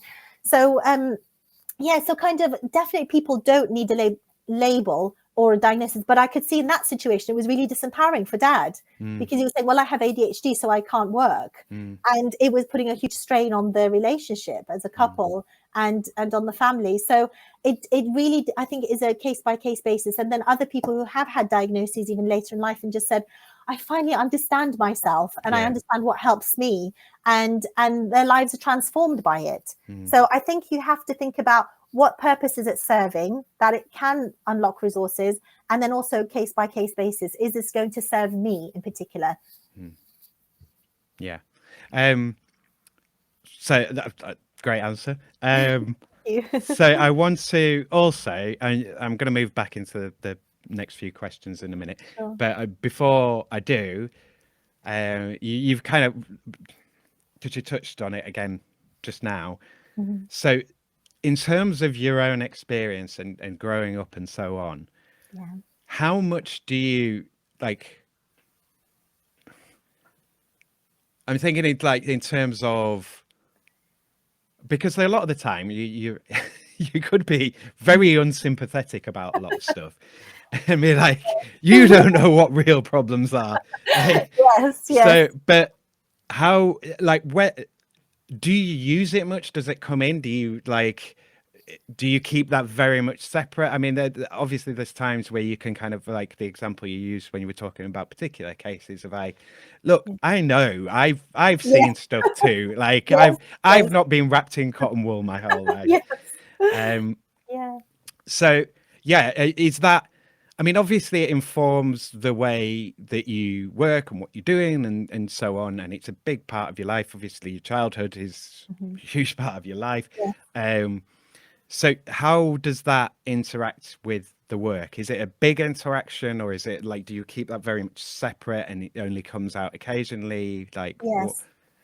I mean, it definitely informs my work because I think you always bring your own life experiences to certain situations. I don't always share them. I judge the situation, but I think I have used it so in so many different ways. That's been really useful. I've used it kind of really practically. So I've used my Arabic language with families, and that's been really, really helpful. That'll Because open so many doors. absolutely, particularly with some of our communities in Leeds. Yeah. So I worked with refugee families, Syrian refugee families just after the Arab uprising when we had some refugee families come here. And that was really, really useful. And then also in other cases where I'm thinking of a particular case that I worked with a family where the setting hadn't realized that I spoke Arabic, and I'd come into the meeting and realized that they were Arabic, and we'd just started the consultation while we're waiting for the interpreter. And it was great, kind of we established rapport. They were telling me lots of information. But strangely enough, as soon as the interpreter walked in, it went completely silent. So it was not what we expected. But it was really interesting kind of unpicking that, because obviously the family were really worried about kind of confidentiality and leakage within their community. So I think, it's a real gift and a real privilege that people let us into their lives. And I think we can't take that for granted, that will be the case for everybody. So hence why I just think it's so important to utilize those skills of educational psychologists and match them to families where those skills can be really well used. So I have a kind of on a practical level, I've used my language, but also the kind of shoe throwing incident, it's been really useful for breaking the ice with certain families. It's brilliant because I think I would have really struggled otherwise in terms of kind of working with that particular situation. So but I do definitely draw on it, but I never use it to think, well, I've been through worse, because but it's you've been through stuff. Yes. I think that's the thing. It's like, I get it. Yes, absolutely. And it just gives me a much deeper level of empathy for people using my experiences. And every situation I go into, I ask myself the question, what's my purpose? How can I best serve this family or this person? And that looks different in every single situation. So, and also people's issues are big to them. And they can, somebody might be having a housing crisis that I go to see. Another person might have a beautiful home, but have really, really significant mental health needs that others are not aware of. And so, we kind of, the themes that we talk about, like loss, bereavement, struggle, mental health, they're really a fast track for developing really deep relationships with people very quickly. Yeah. So it's a very unusual set of working conditions, really. And I think you can only do that if you go in with complete integrity and with full intention to help people. And I think people read that, they can sense that, and that's when they feel safe enough to open up. So so I kind of, you'll never walk in everybody's shoes, but you can find similar situations in life. You can find parallels. Well, do you think I've been through something very similar, and I know this is hard for you, and I'm here to help you as much as I can in this situation while we have this time together. So I think there are that kind of particular example with the dad. There was a part of me that definitely felt some frustration, the kind of immigrant mentality that kind of thought, oh gosh, you have so much, and I kind of really, I never ever take for granted living in a safe country, living without war, without the fear that water could be turned off tomorrow. In fact, we've just recently had some building work done at my house, and for a while we were without a proper tap. So we just kind of got this tap in the utility room with a kind of hose attached to it, and I just suddenly had this flashback filling up my bucket. And because during the Gulf War, we actually relocated from Baghdad to the countryside, where my dad's cousin had a home, and we were 9 families living in one house with one bathroom. It was really tricky, and the water would just kind of come and go. We had an outdoor tap, and when it came on, you just ran and you filled up with water as quickly as you could. So kind of just suddenly having that flashback, which I hadn't thought about in years. And I just thought, gosh, and now I'm like super grateful that I have a tap that's working and I can get water. So, and I think with my own children, I very much remind them that nothing is for granted. Don't even take tomorrow for granted. I obviously try and weigh it up because I don't want to frighten them. And Yeah, but it's a good thing to instill in yes. people. Like I've known people in, fled awful situations and so on, Yes. and then they're sort of like, will keep every single bit of paper that comes from anything Yes. because they know that it's like, you can't trust these systems. They will just Yes. wipe them off and they'll say that it never happened. It wasn't there. And it's like, it could Yes. happen at any time. You get paranoid with this stuff, but like, Yeah. it's not just paranoia. It's good sense as well. Yes, Like, I think you're right. I think it definitely shifts your world perspective, the way you view the world, and it affects your coping strategies. So you'll do things that might not make sense to other people, like keeping every single bit of paperwork. For me, kind of thinking from a trauma-informed practice, I have to be mindful that, kind of going back to that question we had at the beginning, I wanted to be happy. I'm really thankful that I am happy. It's wonderful. It's a really lovely position to be in. But I have to be mindful that sometimes when I'm in the moment of happiness, I have a panic, not quite a panic, but a worry that it's going to end, to think that life goes in ups and downs. So I'm on the peak. That means I must be something bad is going to happen very soon. So I kind of try and talk, I kind of try and use self-talk to manage that very much and say, actually just appreciate this moment. And, with trauma, there are kind of trigger moments. In psychology, the opposite of that is called the glimmer moment. So I'm trying to train myself to kind of identify those glimmer moments and think, oh, hang on, this is appreciate this time and appreciate the good that's come from whatever's happened before, that actually and to be really, really thankful. I'm kind of really grateful for that. And so I know when I meet families as well, I know they're at a different stage of their journey. So where I've gone through the hardships, I know I was a very different person. I would have presented as a very different person to anyone talking to me. So I'm mindful that parents, even though they're presenting in a particular situation when I meet them, it doesn't mean that they're going to be like that even the next day or the next week. It's just when I'm meeting with them, it's a snapshot of where they are at that particular moment in their life journey. So it's not to make any kind of assumptions of them and where they might go in the future, because there's no saying what might happen. And a question that I sometimes used to get from parents, particularly with the diagnostic work, is it kind of almost, is it always going to be like this? Are they going to be able to go to university? Are they going to, what's essentially they're asking me to read their future, their child's future. So please tell me it's going to be okay. That's what I was hearing. And I kind of, again, thinking about my role as a purveyor of hope, I always gave them hope that no one can predict the future. Anything is possible. But as well, to think about every person is running their own race. It's not, the purpose is not to get this child to catch up or that, oh, this gap is widening for this child. This is the child's own race. And it's whatever future is right for them. I mean, recently, when I kind of mentioned the conference that I went to, the Division of Educational Psychology does a really great conference every year. And there was a keynote speech by somebody called Jason Arday, and he is the youngest Black professor in Cambridge. And he was diagnosed with autism at age 3, started speaking at age 9, started reading and writing at age 18. So, and then became the youngest Cambridge professor.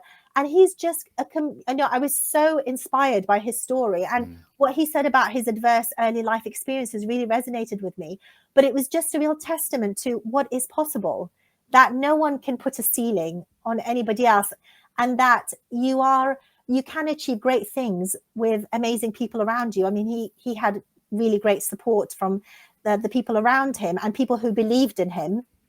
And his mum, who said, don't pray to kind of avoid difficult times, just sort of pray for the strength to manage them. That sort of method, principle. And it was just so hopeful and a lovely thing to kind of listen to, and really, really inspiring. So so I don't think we can take anything for granted. Everybody is running their own race, and it's just our duty to help people as much as we can on their journeys, and hopefully be better people in the process. So last thing, and then I will do the questions. So Okay.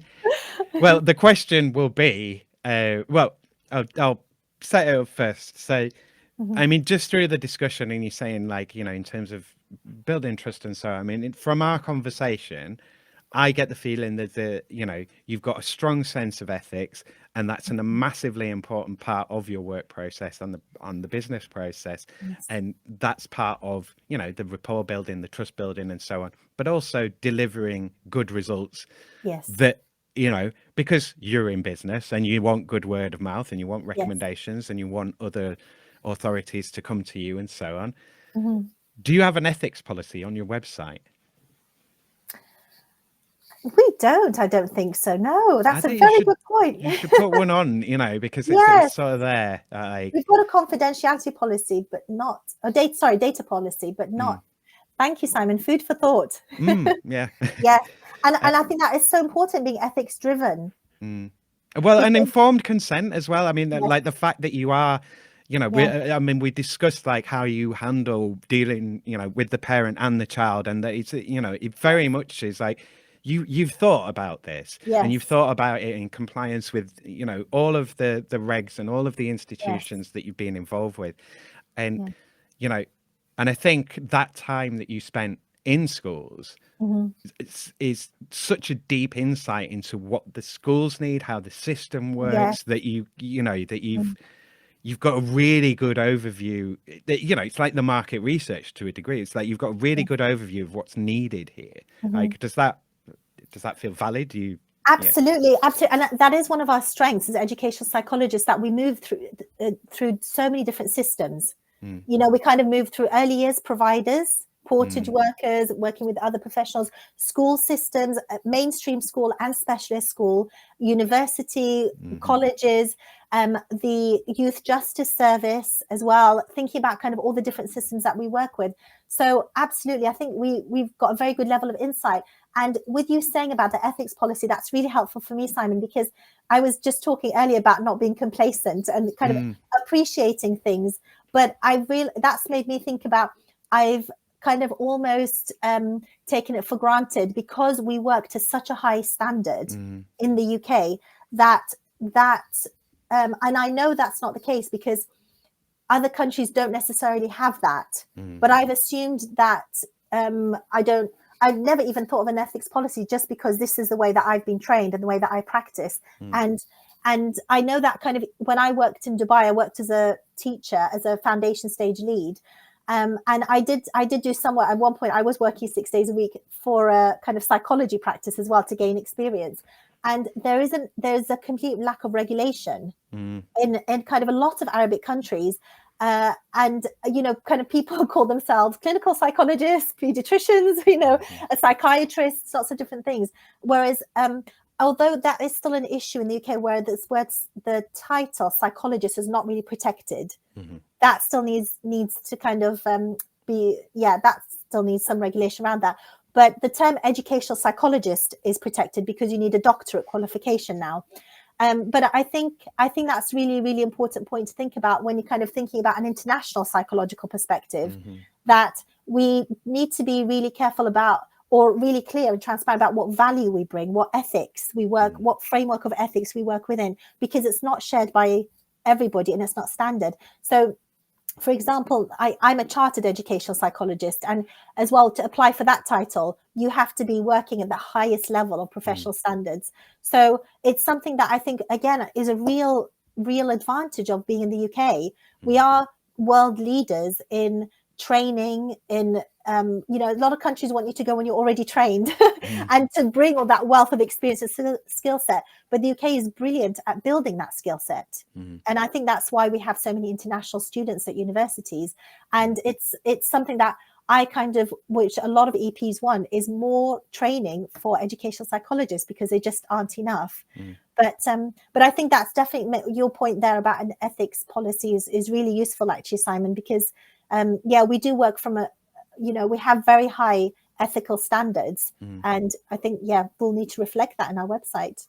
Yeah, and then that can get buried sometimes. And Yes, like you say, being part of the Chartered Institute is like that. yes, people in the industry know that, Yes. and people can go and look at what it is, but you know, Yes. your average layperson is like, what? Yes. What does that mean? Or they're not looking at it, they just read it and it's another thing. But if there's Yes. a thing of like our, you know, it's like our values, but it's more Yes. specifically like this has an ethical element to it, because, you know, we're interacting with your family, and like, Absolutely. what is more valuable to Yes. most parents, you know, 99.9% of parents, than Yes. their child. Absolutely. Absolutely. And it's a universal, it's kind of a universal aspiration, really, because for all parents, for their children to do well in school, because there is that link between kind of poverty, if you like, and education, or affluence in education, that actually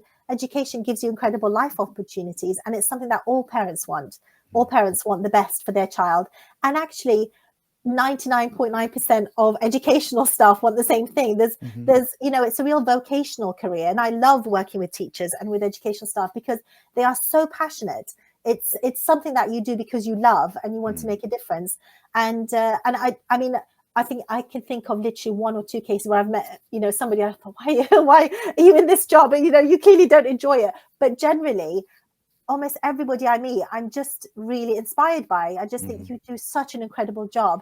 I mean, I even just wrote a post recently on LinkedIn about family support workers that we work with, because I just had a week where I had a lot of assessments, and I had two families, early years cases, where without the support of the family support worker, those cases, those assessments would have probably not gone ahead, because, you know, parents were just really struggling, really, really tricky situations. And the casework workers were amazing. They supported the family at every level. They supported the mum with kind of practical things, driving them to appointments. Luckily, ours was online. So again, it really, really kind of positive of doing online work. And, you know, they kind of helped them with processing information like reports and things.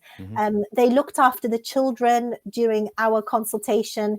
They played with them, they cuddled them. It was just amazing. It was really beautiful to see. And I just thought these really are unsung heroes of our society, that these people who go about their daily lives and have such a positive impact on families, with possibly not the recognition that they deserve. So it's Or the remuneration either. Absolutely. That's yes. That's a whole other number. That's another podcast. Yes. I was wondering if you were going to ask me, Simon, about the three things of what would you change in your job? I am. So, but and I'm thinking, like, I haven't done social media yet, and social media is a big one. But like, let's jump into it. So, social media. I'm looking for the return on time and investment here. So, how much time do you spend on it? Do you get the value you want back from it? Yes. So I'm at the moment, I've kind of tried to limit it. I used to be on a few platforms. Now I'm mostly on LinkedIn, because I found that a really, really useful platform on so many levels. So I don't know about you, Simon, but I kind of joined LinkedIn many years ago and then never went back to or did anything with it, just sort of ignored it for a few years. And then I sort of rediscovered it a couple of years ago. And I just found it to be a really different platform to the one I'd originally signed up to many years ago. So I find it now really educational, which I love about it. People share really useful information. So I've learned so much from it. And I found it really useful as another tool for building relationships with people. It's been really helpful. So I've connected with lots of other educational psychologists and professionals who've just been brilliant. And so I think I find it a really, really useful tool. I've used it now as well for brand building. I think that's really useful. And actually I was at a dinner over Christmas and somebody asked me, because I'd started posting on social media, which I found terrifying. It was just something that really new. And so they'd asked me why I'd started posting, which I thought was a really good question, and what my motivation was. And I said it was two things. First of all, it is for brand building and awareness. But secondly, to give back and share the knowledge that I'm learning, because I love teaching. I love training. Training is kind of one of the things that I just really love in my job. And it just gives me another platform to do that, to share the information that I've learned. And I know that when I share that information, when I'm teaching it, I process information at a much deeper level. So I found it really, really helpful for that. So Yeah, so I think I'm just sort of trying to manage that, but still it's I do find it a bit of a rabbit hole, so I can kind of lose a lot of time. And then I have to be mindful that I need to be producing or creating as much as I'm consuming. So I kind of try and manage that as much as I can. And so kind of that's on a personal level. In terms of my work, there's been a lot of kind of talk about social media, managing phone use and all of that. And I think in some ways there's been a lot of sensationalizing that, social media is responsible for children's mental health crisis and all sorts of things, which isn't not right. the climate crisis and not the political situation. No, it's nothing to do with, it's not our fault. No, it's their fault. Absolutely. So I think there has been a bit of fear mongering going on there. But I mean, there are dangers with social media, with children's use of social media, like cyberbullying. That's just another bullying tool. But so we have to be mindful. And also the manipulation that's inherent in these things. It's like they're designed to manipulate you. We shouldn't be giving them to children, really. But that horse is, bolted. It's like... Yes, absolutely. And it's thinking about how we manage that. So there's an educational psychologist at Manchester University, Professor Neil Humphrey, and he talks about having a displacement hypothesis. So reframing social media through the lens of what is it taking away? Yeah. So it's really important to sort of think in my work now with children, young people and parents, when I'm advising them, I just think about kind of what are the factors that help to promote really good mental health and resilience in children. And that's family relationships, really good relationships in general, as well as strong family bonds, and also being active. So kind of think about how social media, I think, is a part of our life and there is a lot of benefit, but it's how we manage it and what parameters we put around that. So it's, just thinking kind of really carefully about how we support children, young people manage that and focus on the most important things, establishing good family bonds and good relationships and being active and getting out and about. So managing social media in that way.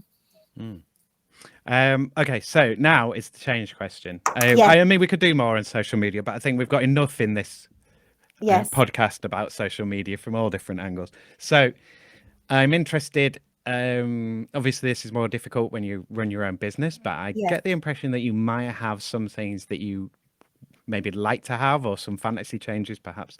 So you can be realistic and pragmatic, or you can be totally fantastical here. Don't have to use all three. But if you could change any three things about your work, what would you change? Well, honestly, pay. We talked about that before. I mean, I think as well, kind of, I'm kind of coming out of this educational psychology world and going to the business world now with kind of my entrepreneurship. And I think when I look at some of the charges that content creators, some of the prices that content creators charge, I do find myself quite shocked because, as education psychologists, our training route is so long. I mean, I have 4 degrees. It took me 7 years, longer than a medical degree, and many years of getting experience and being in kind of low paid or unpaid positions to gain experience. And so I really don't think educational psychologists are paid enough, purely because I think they're worth their weight in gold. I really do think that actually they're not paid as much as they could do. And that starts from training. So educational psychology trainees are paid less than clinical psychology trainees. And I remember still that feeling of kind of just living from paycheck to paycheck. It's really tricky. And at the conference that I recently went to, it was really interesting kind of sharing our journey and our experiences. And everybody struggled, whether you came from university and, took lots of different paths to try and gain experience or train, or if you came into it as a mature student. So when I came to it kind of over years, I kind of relocated. I worked in Dubai for a year, saved up everything that I could, and did my master's to give me a competitive advantage. And when I trained, I relocated for a year. I relocated to Reading to train for a year as my second year placement was there. I lived with my parents and literally my only expense was food and the petrol in my car. So, and I was just barely getting by. And other people who've come back and trained as mature students, have either not been able to because they have mortgages, and or they've been able to because they have a mortgage, but then they have a spouse that supports them and can pay that mortgage. So we've made a lot of sacrifices to get to the position that we are. And so I really do think that needs to be reflected in pay. And also, you know, the promotions that we apply for, the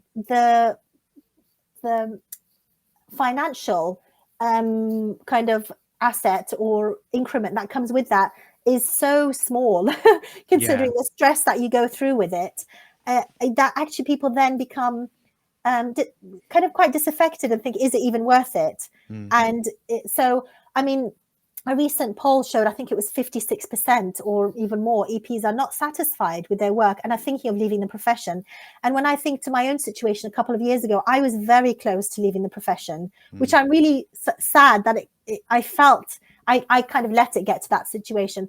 But I was kind of really struggling to function every day with the kind of level of stress, but just thought, kind of having a bit of a crisis of thinking, is this really what I want to do?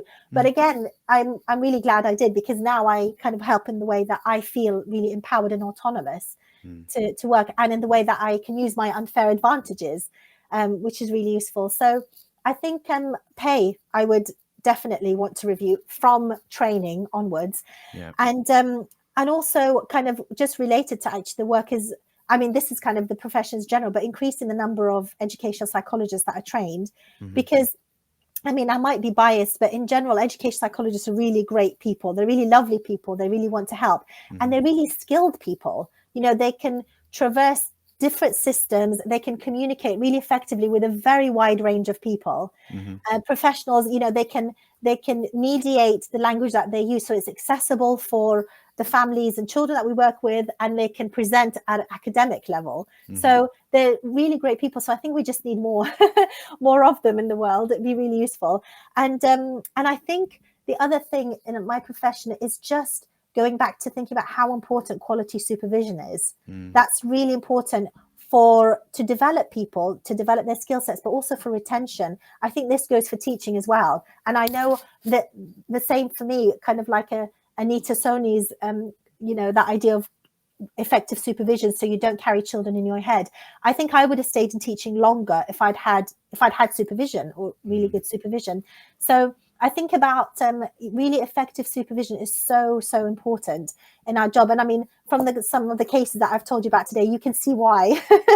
You know, our job is really emotive, and you do need to be supported to do that job really effectively. And then if you're effectively supported, then you can enable other people in your team.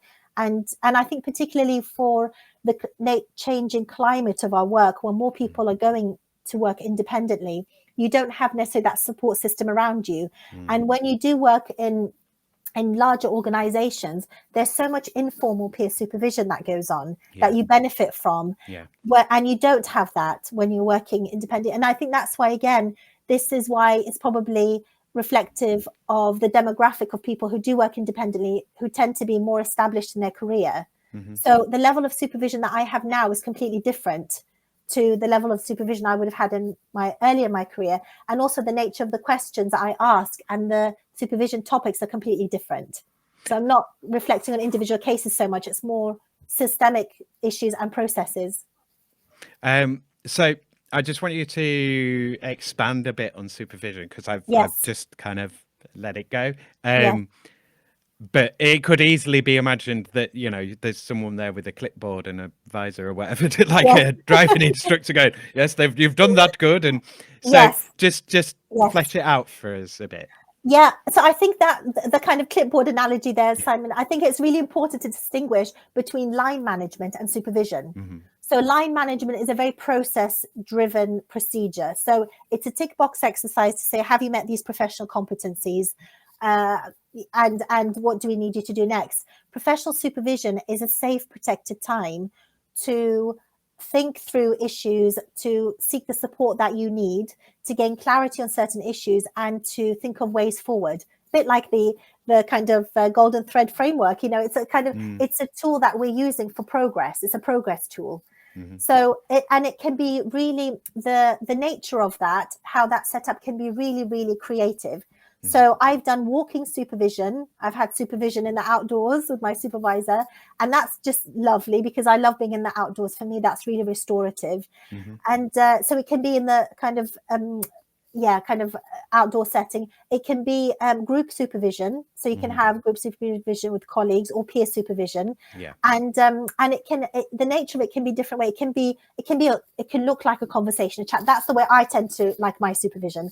I just want to think and talk through what's in my mind at the moment, and I want it to be really fluid and open. Or it can be much more structured, so kind of solution focused questioning, rating scales, whatever you might find helpful. There's different formats for professional supervision, but I think it's important to be led by the supervisee. So whatever format works for them. I mean, I kind of try and stick to that. And then I also do peer supervision. Sometimes I seek supervision on very specific topics. I've had a lot of coaching that I've sought. I'm kind of looking to business coaching as well as psychological coaching. But it's interesting, actually. What I've loved learning is how much psychology there is in business, because a lot of it is about very similar skills. It's about relationship building, giving the best value that you can to a person. So it's very similar sort of strategies and themes, if you like. So supervision can be very fluid, but it's it's not really your boss, because you're the boss. Absolutely. And it's not a kind of line management process. And the thing about supervision, it's a chemistry. It's like a dance. And it's really important that you find somebody who you feel safe with and who you feel kind of helps you to grow as a person. And I think sometimes where kind of in my experience of supervision over the years as a trainee and as a qualified EP, I think what I found sometimes is that it can be squeezed. This role can be kind of squeezed or just sort of given without enough thought to actually how important this is and the dynamics of the relationship. And it can feel a bit like an afterthought. So I think a lot of thought needs to go into the placing. So sometimes kind of historically, the supervisor role was given to a senior member of the senior leadership team, like a senior education psychologist, which I don't think always worked well, because often they have using their time up. Absolutely. And they have so many responsibilities that sometimes it did feel very rushed. And I would imagine they'd get pushed to the side a lot as well. Yes, and like absolutely. You say, rushed. Yes. So, I mean, and because it was mandatory, it did go ahead, but it felt like there were so many agendas there that it didn't feel like it was a time for you necessarily. It felt like a tick box exercise. Exactly. So I think being able to sort of have a lot more thought into, actually, this is a really protected role, and assigning it to people who really love doing it. Because not everybody likes doing supervision, which is fine.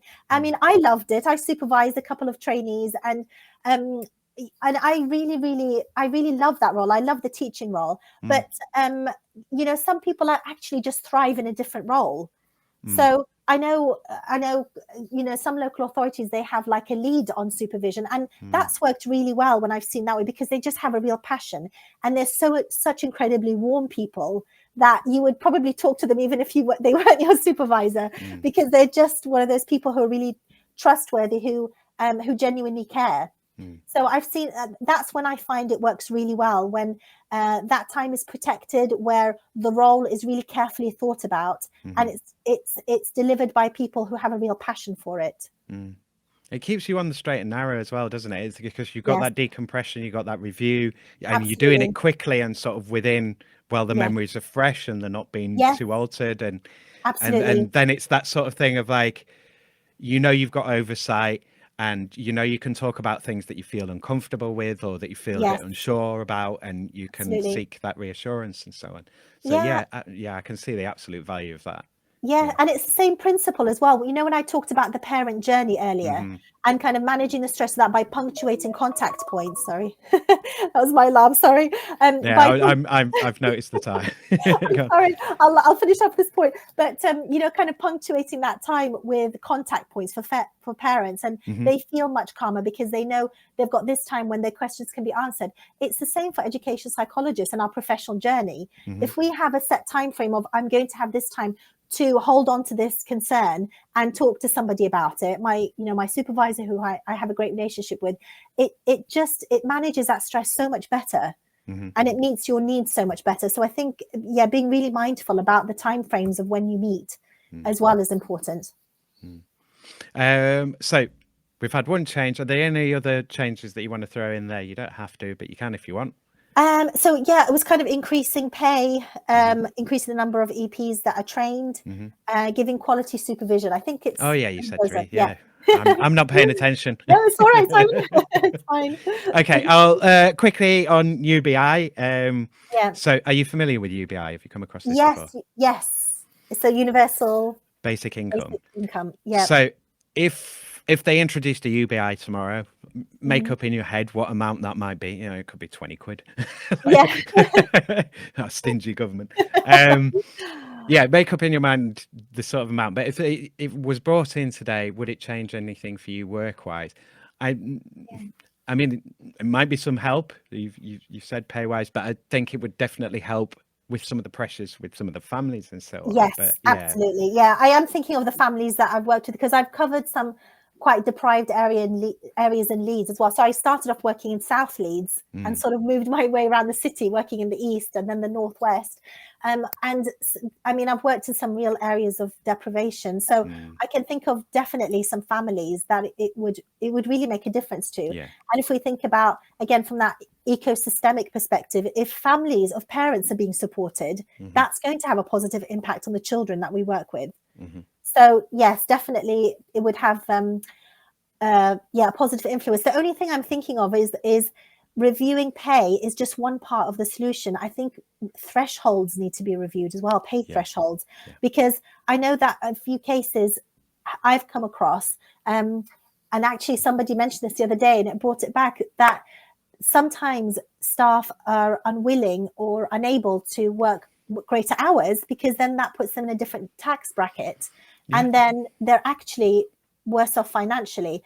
And that's a particular case with teaching assistants, which is such an underpaid and challenging job.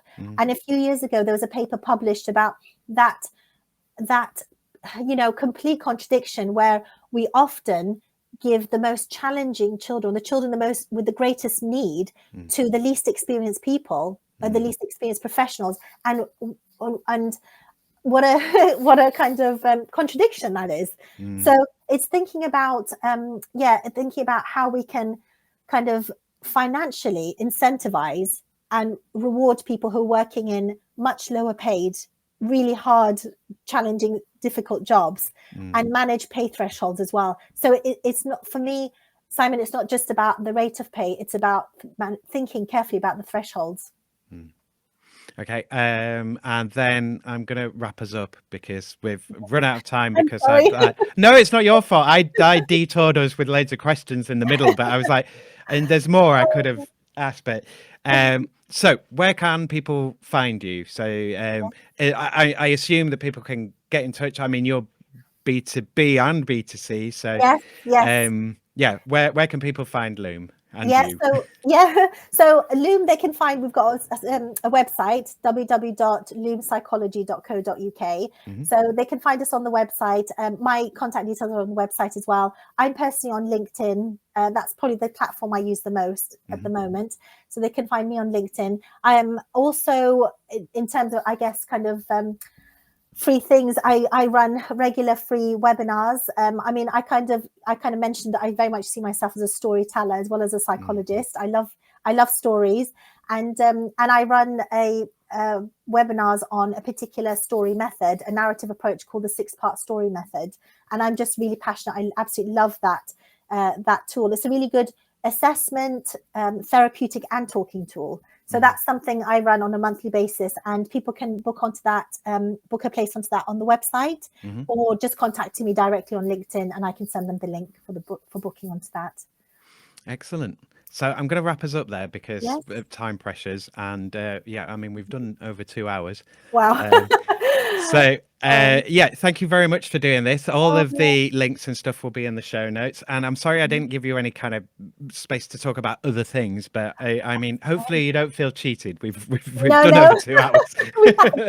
No, it's been great, Simon. Thank you so much, and thank you for giving me the platform to kind of share what we do as educational psychologists. And I hope it'll be useful to people as well. Thank you again to Reem for being my guest. Thanks as always to all my guests, and thanks to you, Leeds, for being my subject. Told you we had loads of good interviews this series. There's loads more coming too. You can find Dr Ameri at loompsychology.co.uk or linkedin.com/in Dr-Reem-Ameri. You'll find her from that. Link is in the show notes. If you'd like to contact me about anything working hours related, then you can email me about the show at workinghourspod@western-studios.com. Okay, that's me. Remember, listener, no matter what you do, it's impossible for you to understand anything that your salary depends on you not understanding. So try to work for peace and try to plan with kindness. Raise your voice, but reduce your impact. Cheers, ears. Take care out there and be kind to each other, Leeds. Working Hours is produced, recorded, edited, created and published by Simon Treen for Western Studios Leeds Limited. The music was The Bees from Chopin's Etudes, which is in the public domain and was taken from museopen.org. Remember, Western Studios Leeds Limited when you're ready to start making your content in West Yorkshire. Follow Western Studios Leeds on Facebook, facebook.com/Western_Studios_Leeds, and on LinkedIn, linkedin.com/company/Western-Studios. Bookmark western-studios.com so you can see the latest prices and use my contact page to drop me a message about your own podcast project or working hours at any time from anywhere. Maybe you want or need a podcast host, co-host or narrator for your podcast project. Maybe you just need another voice for one or more episodes of your show. Podcasts are so much more than gossip, book promotions and marketing for online courses. Podcasts and other audio content get your online brand out there. Want to make some fundraising case studies? Want to have an audiobook or video course? Want to share your learning, knowledge and expertise in your field? Want to learn, teach or raise awareness of something general or particular? Want to improve internal comms with messages your staff might actually engage with? Or do you just want to brighten up the world with some entertaining content? Then make a podcast. If you're making your podcast within West Yorkshire, then think about making it with western-studios.com. Whatever your podcast questions or needs, get in touch with Western Studios Leeds.